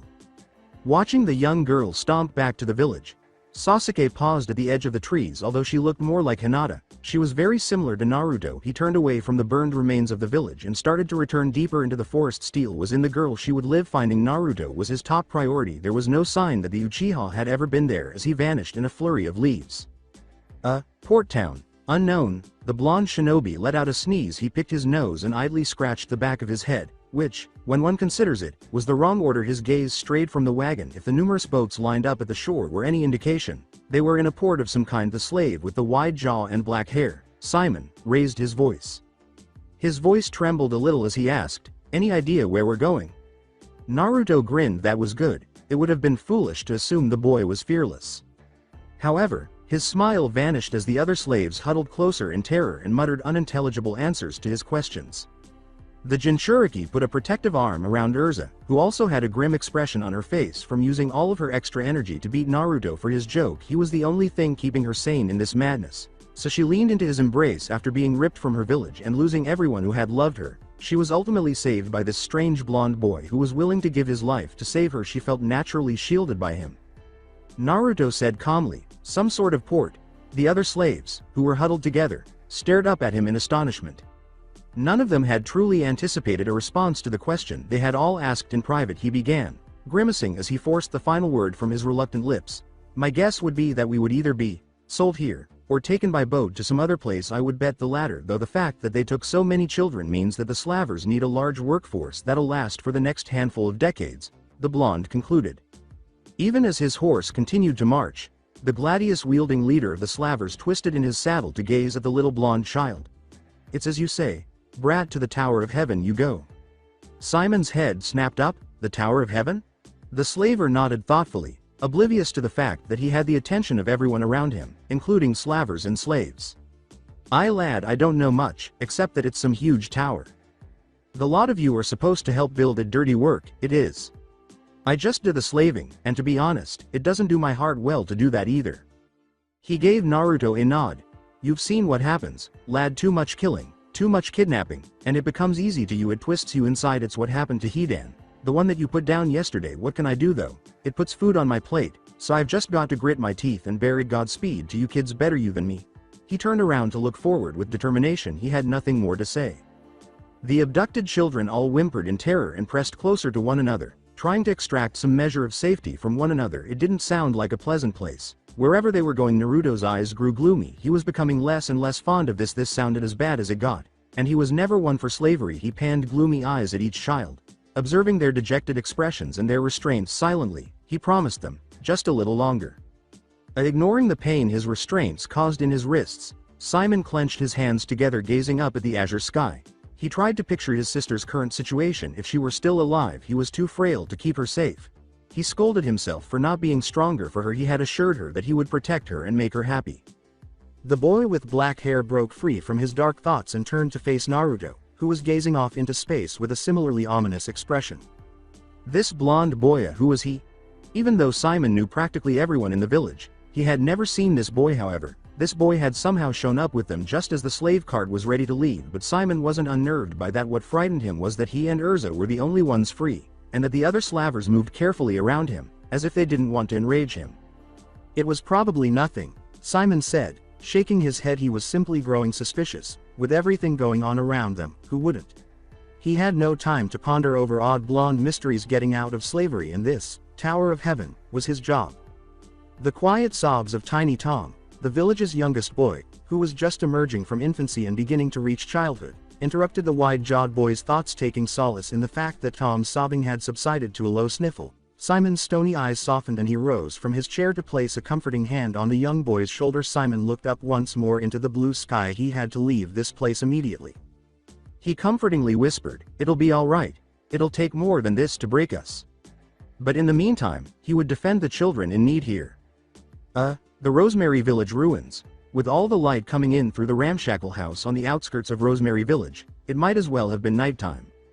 Undoubtedly, there was light, but it only served to deepen the room's shadows, and it was also broken after entering through the shattered windows. Kagura was crouching in the far corner of the room. Her knees huddled to her chest. The girl with raven hair rubbed her eyes and sniffed before shakily lifting her other hand to bite into the stale bread she was holding. Bad, stupid men, ignorant Oni-chan, a foolish existence. What a dumb world. What had gone wrong? How did she earn this? She had lost everything she had ever known and loved, and when she thought she had found support, it was turned down. She felt incredibly alone. Kagura took out the little knife that the black-haired Oni-chan had given her and gave it a vacuous look. The kunai clattered across the rotted wood floor as she threw it across the room and buried her head in her arms. A dumb knife. It was pointy, but not sharp. Maybe she should just use a pencil. As the time went by, Kagura sat quietly. She brooded in silence for an hour before looking up. The voice of the black-haired Oni-chan coldly echoed in her mind. Leave this village and find your own path. How was she able to? Even though there was hardly anything left of this place, it was still her home. There were a lot of memories here. She couldn't simply walk away from it. Kagura bit into the stale bread once more. The whole purpose of it was to distract her from her darker thoughts. Even though it tasted like cardboard, the black-haired girl's mind started to wander as she chewed to her brother's memory. Rewind. Approximately 5 years ago, outside her home's porch, a 4-year-old Kagura sniffled before letting out a loud cry. Before the door opened and a panicked Simon emerged, there was a loud bang from inside the house and a muttered curse. He screamed frantically, "Whoa! What's wrong, Kagura? Are you alright? Why are you crying?" He didn't know what to do in this circumstance. Stifling a baby's tears was one thing, but putting a bottle of milk in their gushing mouths was quite another. Attempting to soothe a child, whose mind was more complicated, was a completely different matter. Not to mention the girls were always complicated, and his sibling was a girl. Kagura sniffed and wiped her nose and tears on her dress. Well, what was common sense to a child? She whimpered, "Oh, Oni-chan. All the other kids went fishing with their daddies at the river. They said that I couldn't come because I didn't have a daddy. Why don't I have a daddy, Oni-chan?" Simon tensed up as he struggled to come up with a reasonable explanation for the agitated girl in front of him. His sister was sniffling, so he sat down next to her and put an arm around her shoulder. He smiled softly as she leaned into his arms. "Mommy and Daddy aren't here, Kagura." "But why, Oni-chan? Why would they leave, Kagura?" He lied and pointed to the fluffy clouds overhead, saying, "It's because they couldn't stay. They had to go to the sky, where they turned into angels. They're looking down on us and watching over us even now. Look, see that cloud? Doesn't it look like a hand? That means they're waving at us." Without even glancing up at the sky, Kagura ceased whimpering and leaned deeper into her brother's arms petulantly. She muttered, "Even so, I wish my mother and father were here. They would catch me a big fishy." Simon rocked slowly from side to side, his smile fading slightly. The raven-haired girl eventually fell asleep due to the constant side-to-side motion, and she started to snore softly after giving her a gentle forehead kiss. Simon embraced her gently. He pushed the door open with his foot and laid her down in bed with a resolute look on his face. Simon left the room after tucking the covers in for his sister in case she became cold. Kagura was startled awake by a terrified voice as the door flew open. A young boy panted and placed his hands on his knees to catch his breath. "Kagura-chan. Wake up, wake up," he exclaimed. Your brother, he drowned in the river." "What?" exclaimed Kagura. Despite the fact that half of her buttons were unbuttoned and she was wearing a nightgown, she jumped out of bed. She ran to the outskirts of the village, where there was a crowd of people murmuring to themselves worriedly. Ignoring the cries of outrage, she pushed through the crowd and fell to her knees in front of her brother's soaked body in a desperate attempt to get a response. She seized the cuff of his shirt and shook it wildly. "Oni-chan! Wake up! Simon Oni-chan!" she yelled, as though her words would pierce his conscience. "Kagura-chan! Relax!" a middle-aged man shouted over her yells, running over to grab her lest she inadvertently harm him. "It's okay. It will be okay with her, simply relax." "Oni-chan!" She pointedly ignored the man's objections and kept screaming. Simon moaned and opened his eyes as Kagura suddenly became silent. Kagura was standing motionless, as if he were a mirage that would vanish if he moved or spoke. He grinned wearily and raised his hand, revealing a tiny fish that was barely the size of a shoe but still fit comfortably in his fist. "I apologize." Kagura the large one escaped before lifting her arm to shield her eyes, which were practically streaming with tears. Kagura gazed at the tiny fish. Well, you. With a soft smile, Simon sat up and said, "Deep breaths, Kagura, I'm alright." The crowd erupted in laughter as she let out a loud cry, and everyone grinned broadly at the sibling bonding. I apologize, Oni-chan. As long as I have you, Oni-chan. I don't need a stupid dad anymore," she sobbed, rubbing her eyes quickly with her forearm. Simon gently rubbed her back and pulled her into a tight hug. There, Kagura, don't worry. Oni-chan will keep you safe. Kagura, don't cry, I'll support you no matter what." He broke off the hug and gently prodded her chest with his finger, saying, "Right here, even when we're not side by side, even when I'm not next to you, I'll always be there, in your heart." He poked her again and she giggled. He grinned at her and she beamed back. Always.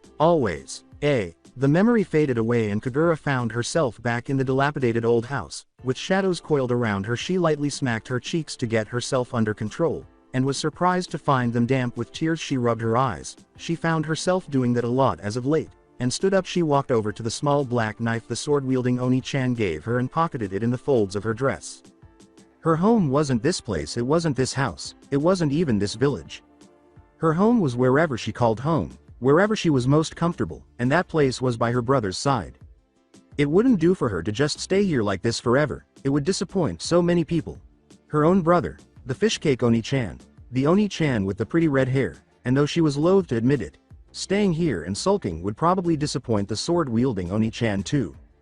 Though maybe disappoint wouldn't be the right word, more like confirm his suspicions. Well, she wouldn't give him the satisfaction. Kagura stood up and walked out into the cracked flagstone street and took a deep breath, ready for a new adventure. It smelled like smoke and body odor. She sighed and moved towards the nearest home that didn't look as burnt as the rest. A shower was in order, and maybe a change of clothes as well. A Sasuke sat on the roof of one of the scorched houses cross-legged, watching the little girl walk inside one of the few houses that had survived the brunt of the bonfire from yesterday. She had a new perk to her step. He thought to himself her back had straightened with resolve and she wielded the kunai as if unafraid to use it. Of course, she held it much too tightly to have any level of proficiency with it, but it was the thought that mattered. And speaking of thoughts, what was he even doing here? Thinking about some little girl that was practically half his age. He was near 17 mentally after all. Instead of trying to find out more about this unknown world and attempting to find Naruto? He sighed and rocked back and forth methodically. Damn his newfound conscience, if this was the old him, he would have just slain the girl and given her a merciful death. She would just die in the rugged wilderness anyway. Naruto was rubbing off on him. Sasuke stood up from his makeshift perch, dusting off his knees and behind for any residue ash. He would keep an eye out for the girl. Something about her drew his attention. Maybe it was her potential, or her determination. It sure wasn't her looks. He was a Uchiha. Nobody could top Uchiha's aesthetics. Show off. The Uchiha made a quick hand gesture and vanished in a flash of lightning, leaving no sign of his presence. We've arrived. One of the slavers yelled, smacking the scabbard of his sword against the wood of the cart. Look alive, brats. That is, if you don't want to get killed. He laughed and went back to pounding on the wood, saying, the supervisors at the tower aren't as kind as we are. Naruto groaned and creased his eyebrows, trying to ignore the clatters and bangs while he was attempting to get his daytime nap when the bangs didn't recede and the cacophony only got louder with the other children's protests. He shot open his eyes and smashed a fist against the wood, splintering it. Stop talking so much. I'm trying to sleep here, Naruto roared. When he caught sight of the slaver holding scabbard and looking like a child caught in some act by their mother, Naruto smiled eerily. There was a good amount of apprehension in his eyes. There would be. Especially after Naruto beat up the majority of the slavers yesterday. The blonde promptly punched the offending slaver. Watching in satisfaction as the man went flying in one of the posts lining the port, the Uzumaki grunted in satisfaction and cracked his neck. It always felt good to give the bad guys their just desserts.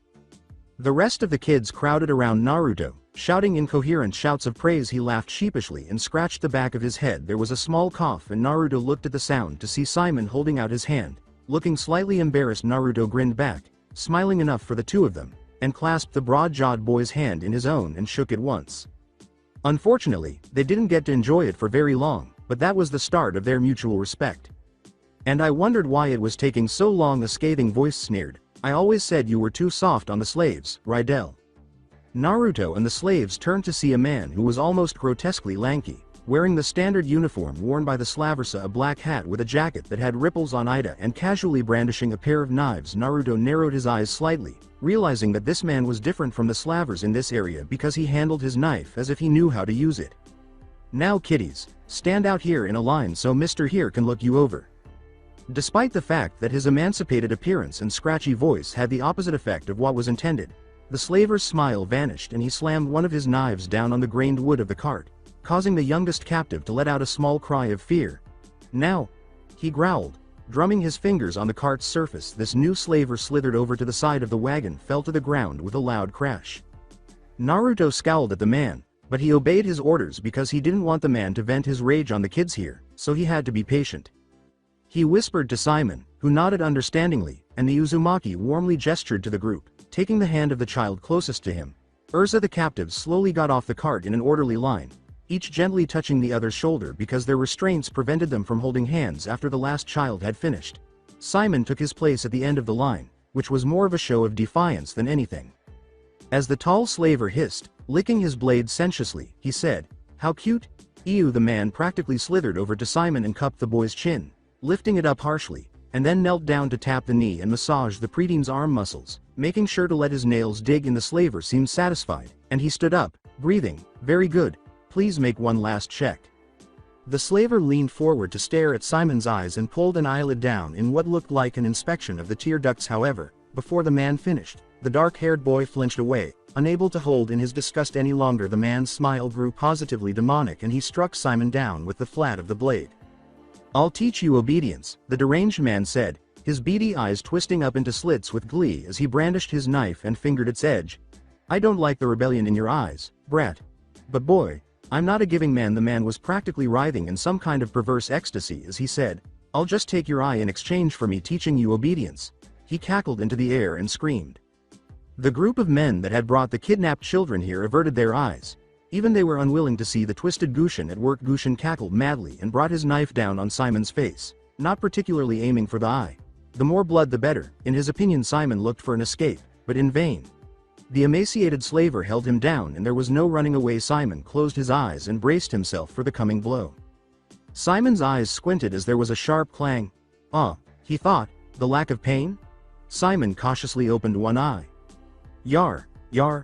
I don't like the violence about you, asshole, Naruto said with a sly smile before using a three-pronged kunai he had taken from his jacket to block Gushin's knife. The blonde then kicked the taller man to the ground, saying, "What the hell do you think you're doing? Harassing a kid half your age?" Angrily, Gushin gnashed his teeth and scrambled to his feet. "Why you boy, when I satiate my bloodlust, would you dare to interrupt me? When I let myself go mumgrf, even the tower's higher ups stay away from me." Naruto quickly interrupted the man's tirade by thrusting his sandaled foot in his face, saying, "That's just because you're so damn creepy.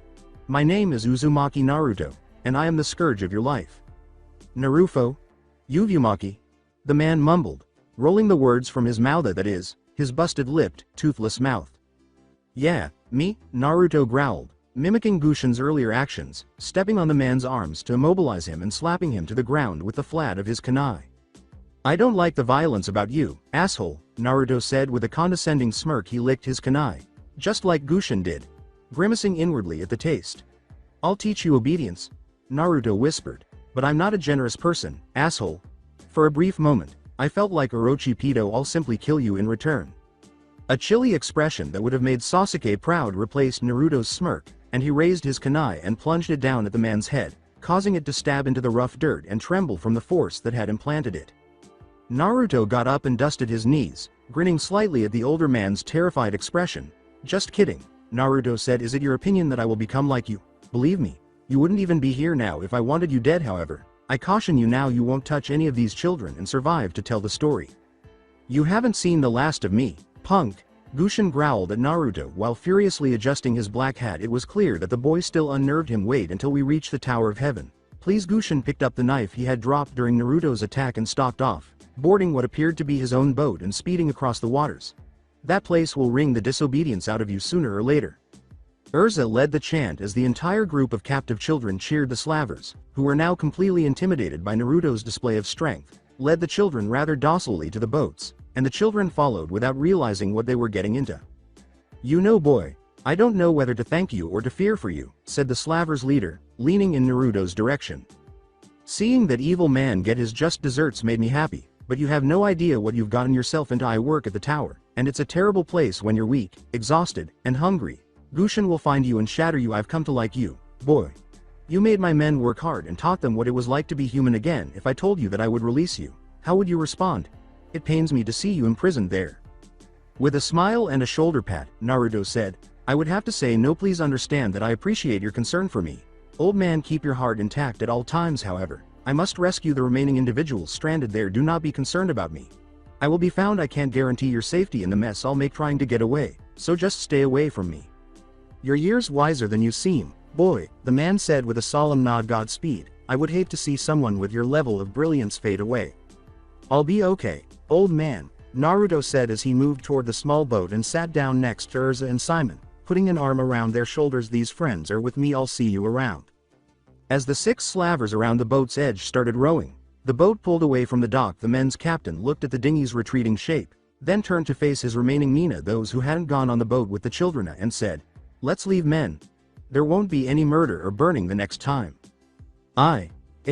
Village Rosemary. As she strode out of the ruins of Rosemary Village, Kagura scowled and fiddled with her pants, wondering why boys wore them and why they were so itchy. Even though she knew her dress was useless for surviving the wild, her frown grew as she touched the back of her head and felt the tight ponytail she had tied. Oh no, it had only been a few minutes since she had finished getting ready, and already it was unbearable. With a slightly crooked smile, Kagura started tying the ribbon to her wrist, tightening the knot with her teeth and nodding slightly as she pulled the ribbon out of her pocket and stared at it. The pearly white ribbon her older brother had given her had turned mottled gray after just a few days. After adjusting the pack on her back, the ebony-haired girl strode out of the village, stopping at the edge of the forest and taking a deep breath. Why, oh, was Rosemary Village surrounded by a circle of trees? She had to trek into the forest to get anywhere else, but there was a footpath, so it shouldn't be that difficult, right? She took a step and released the breath she had been holding. This was it. Her step into independence. She could no longer hide under her brother's protection. She had to blaze her own trail, as that meanie Oni-chan said.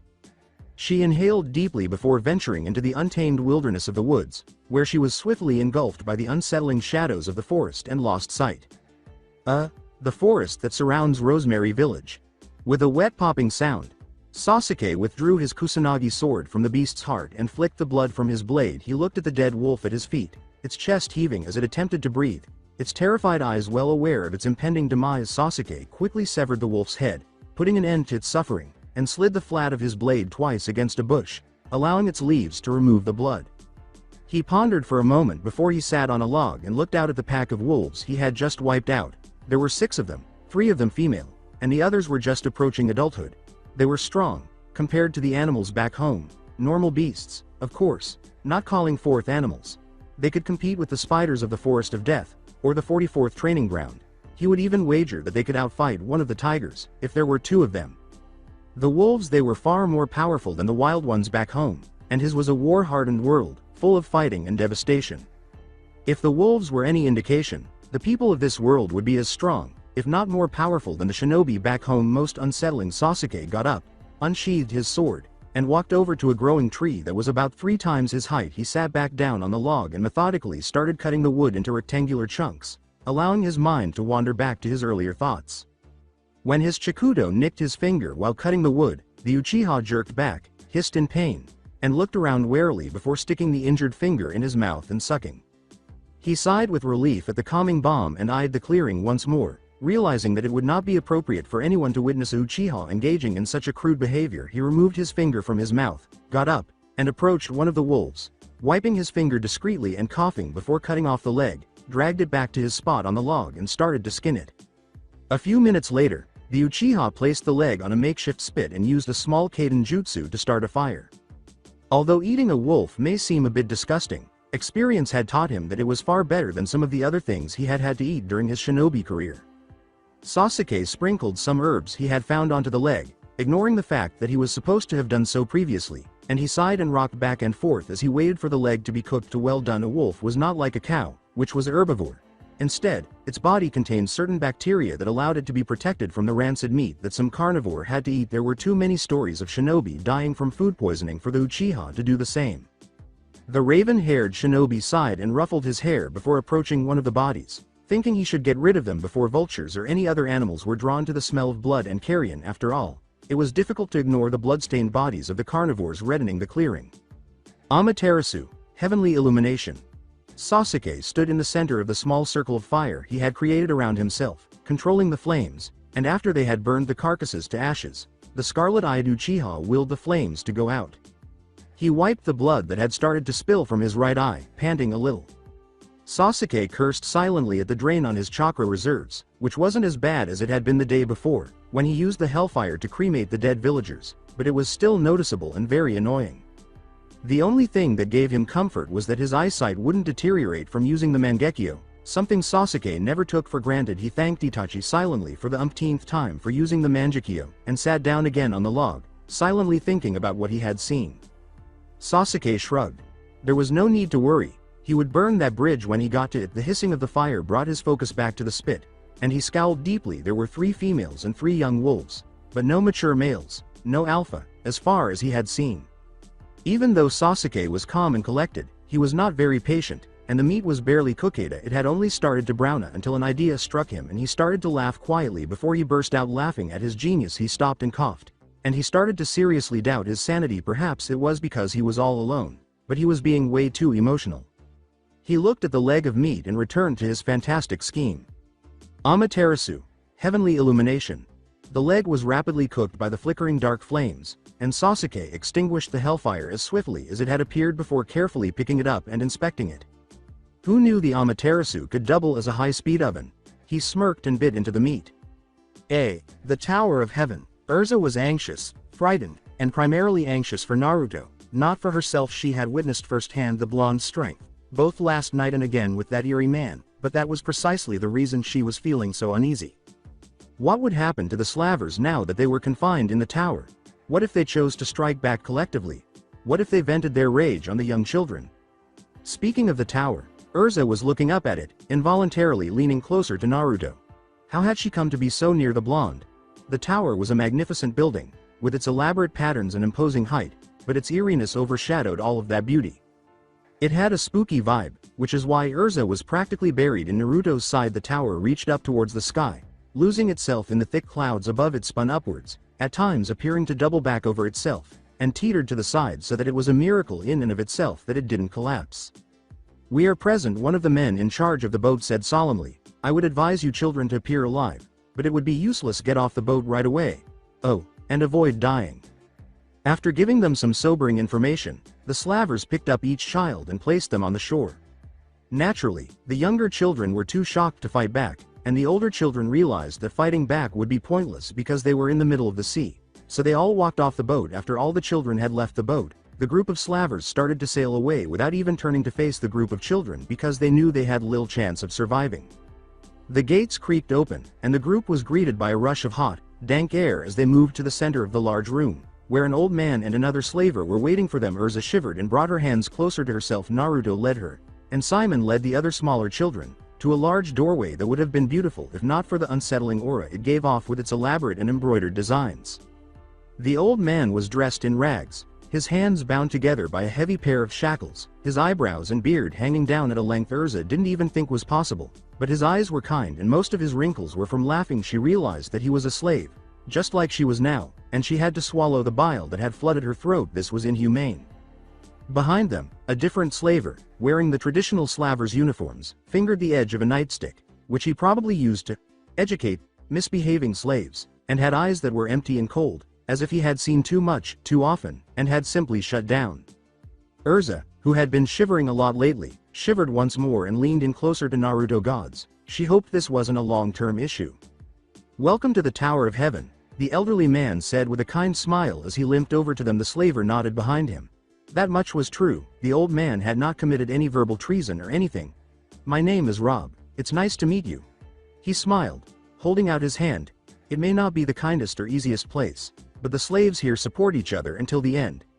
Simon and Naruto both moved forward to shake hands, then glared at one another with sparks flying as they looked at each other incredulously, honestly surprised that the other person believed he was the group leader.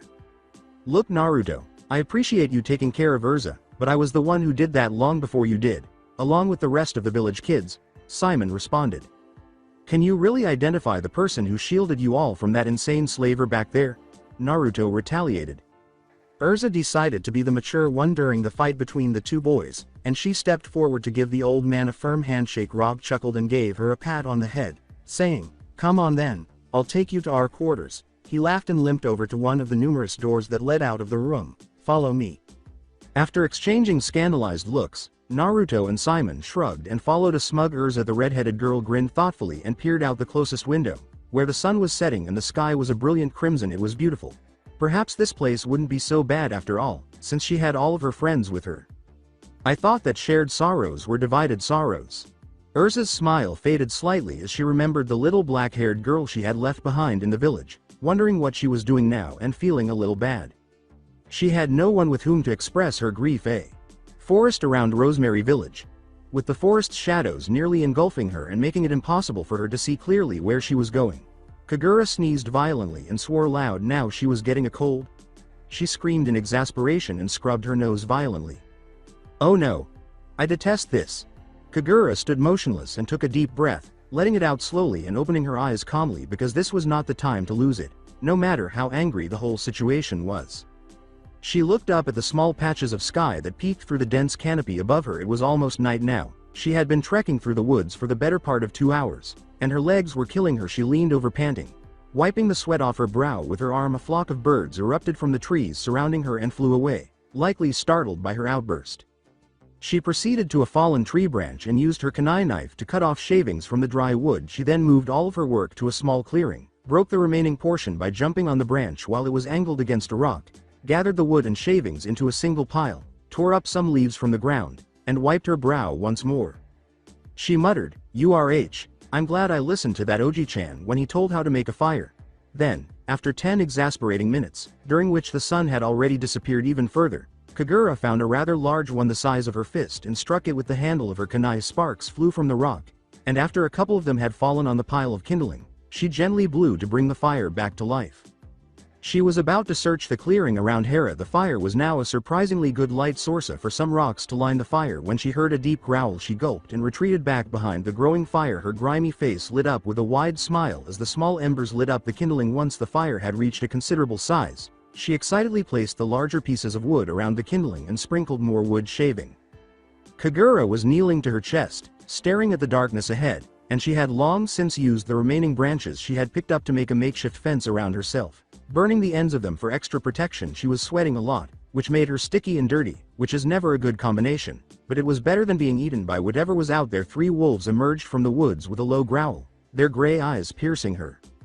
Kagura bit her tongue to stop herself from whimpering because she had heard that wolves could smell fear, and the last thing she needed was for them to think she was easy prey.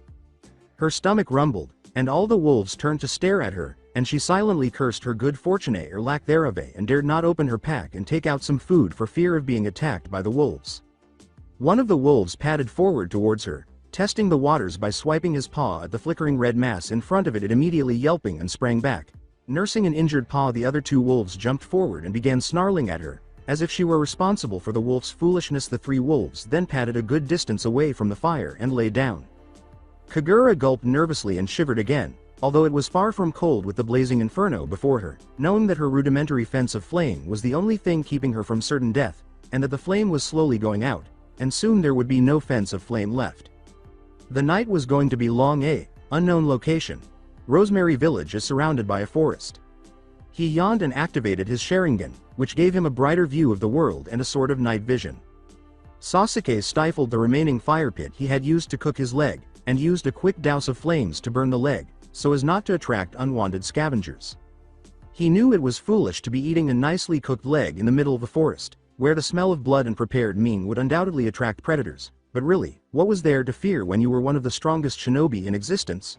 Were, past tense, he reminded himself, his power had diminished much more than he had planned on, but he was still stronger than anyone he had met in this world. The Sharingan was really overrated. It only granted two powers. The power to see chakra or really any energy in colors, and the power of enhanced clarity.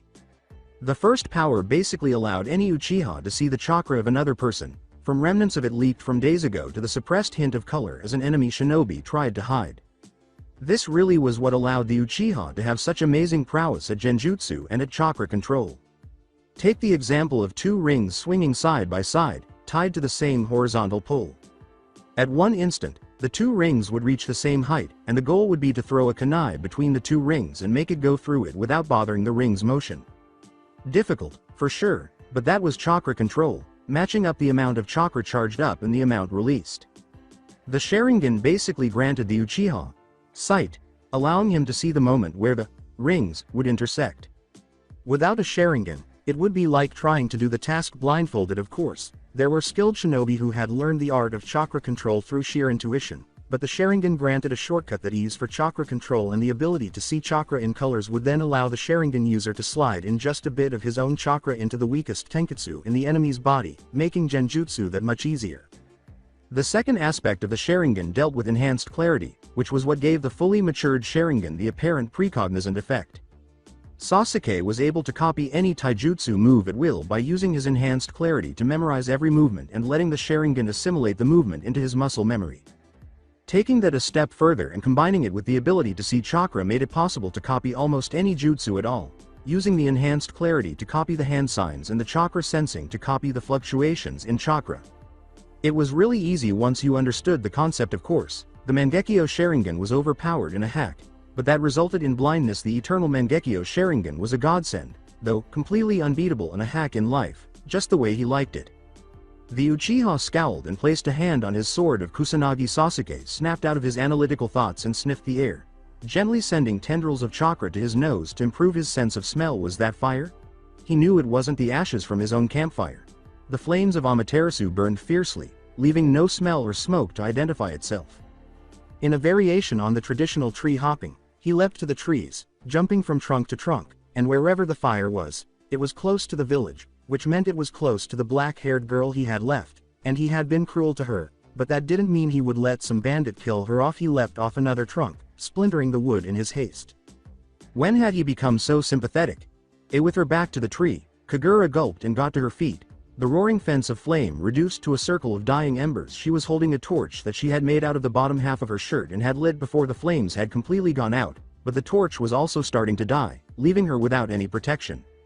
If she was going to die here, she was going to die fighting, so she shivered before setting her jaw, swung her torch back and forth, which somehow burned brighter with her swings instead of going out, and snarled at the wolves, who growled back at her. The wolves snarled in satisfaction and exchanged glances, as if they were deciding who would attack her first. In fact, that was probably what they were doing. "You mutts, hurry up, I have nothing to lose. Come on." With her torch in hand like a mace, she screamed and, to her utter amazement, managed to club the lead wolf in the temple, causing it to snarl deeply with a look of scandal. Yes, that is correct. Come on. Yes, she probably shouldn't have been provoking the wolves, but her fear of the situation and the adrenaline coursing through her clouded her judgment as she yelled almost incoherently. Kagura, for her part, didn't back down. Instead, she just closed her eyes and let out a trembling sigh. Well, at least she went out like a badass. The wolves gnashed their teeth before tensing their legs and jumping at her at once. Squelch whimper. They said that once pain becomes too great, you stop feeling it, so perhaps that was true. Kagura looked down calmly, wondering what she had to be afraid of, but she was dead now, and there were no wolves chewing on her, no blood stains her clothes, and no white bits of bone sticking out of her skin. She opened her eyes and wiped away the hot drops of liquid that splashed on her face. It was blood. She was dying. The bifurcated bodies of the three wolves were lying at her feet when she looked up incredulously, and when she turned to her left, she saw the black-haired Oni-chan wiping his reddened blade. He lifted his head, and when he saw Kagura's eyes, he approached her and jabbed at her forehead, muttering, "So that's where the rest of the pack went. Yar yar, it hasn't even been a day and you already find yourself in situations like these," he said quietly, The sudden loss of adrenaline left the black-haired girl feeling rather empty and overwhelmed at the same time. Kagura muttered, looking down at the ground in embarrassment. When she looked up, she saw the black-haired boy staring at her from a distance. "What are you doing? There must be someone to protect you if you're going to get into trouble at every turn," he said. With a broad smile, Kagura rushed to the Oni-chan and gave him a big hug. "Yeah," she enthusiastically agreed. Sasuke wrinkled his nose and scowled. "You need to get a new shirt from us. I resemble a lolicon." So that's it for today. I hope you guys enjoyed it. Don't forget to like, share and subscribe to the channel for more awesome stories like this. Thank you. See you all in my next video.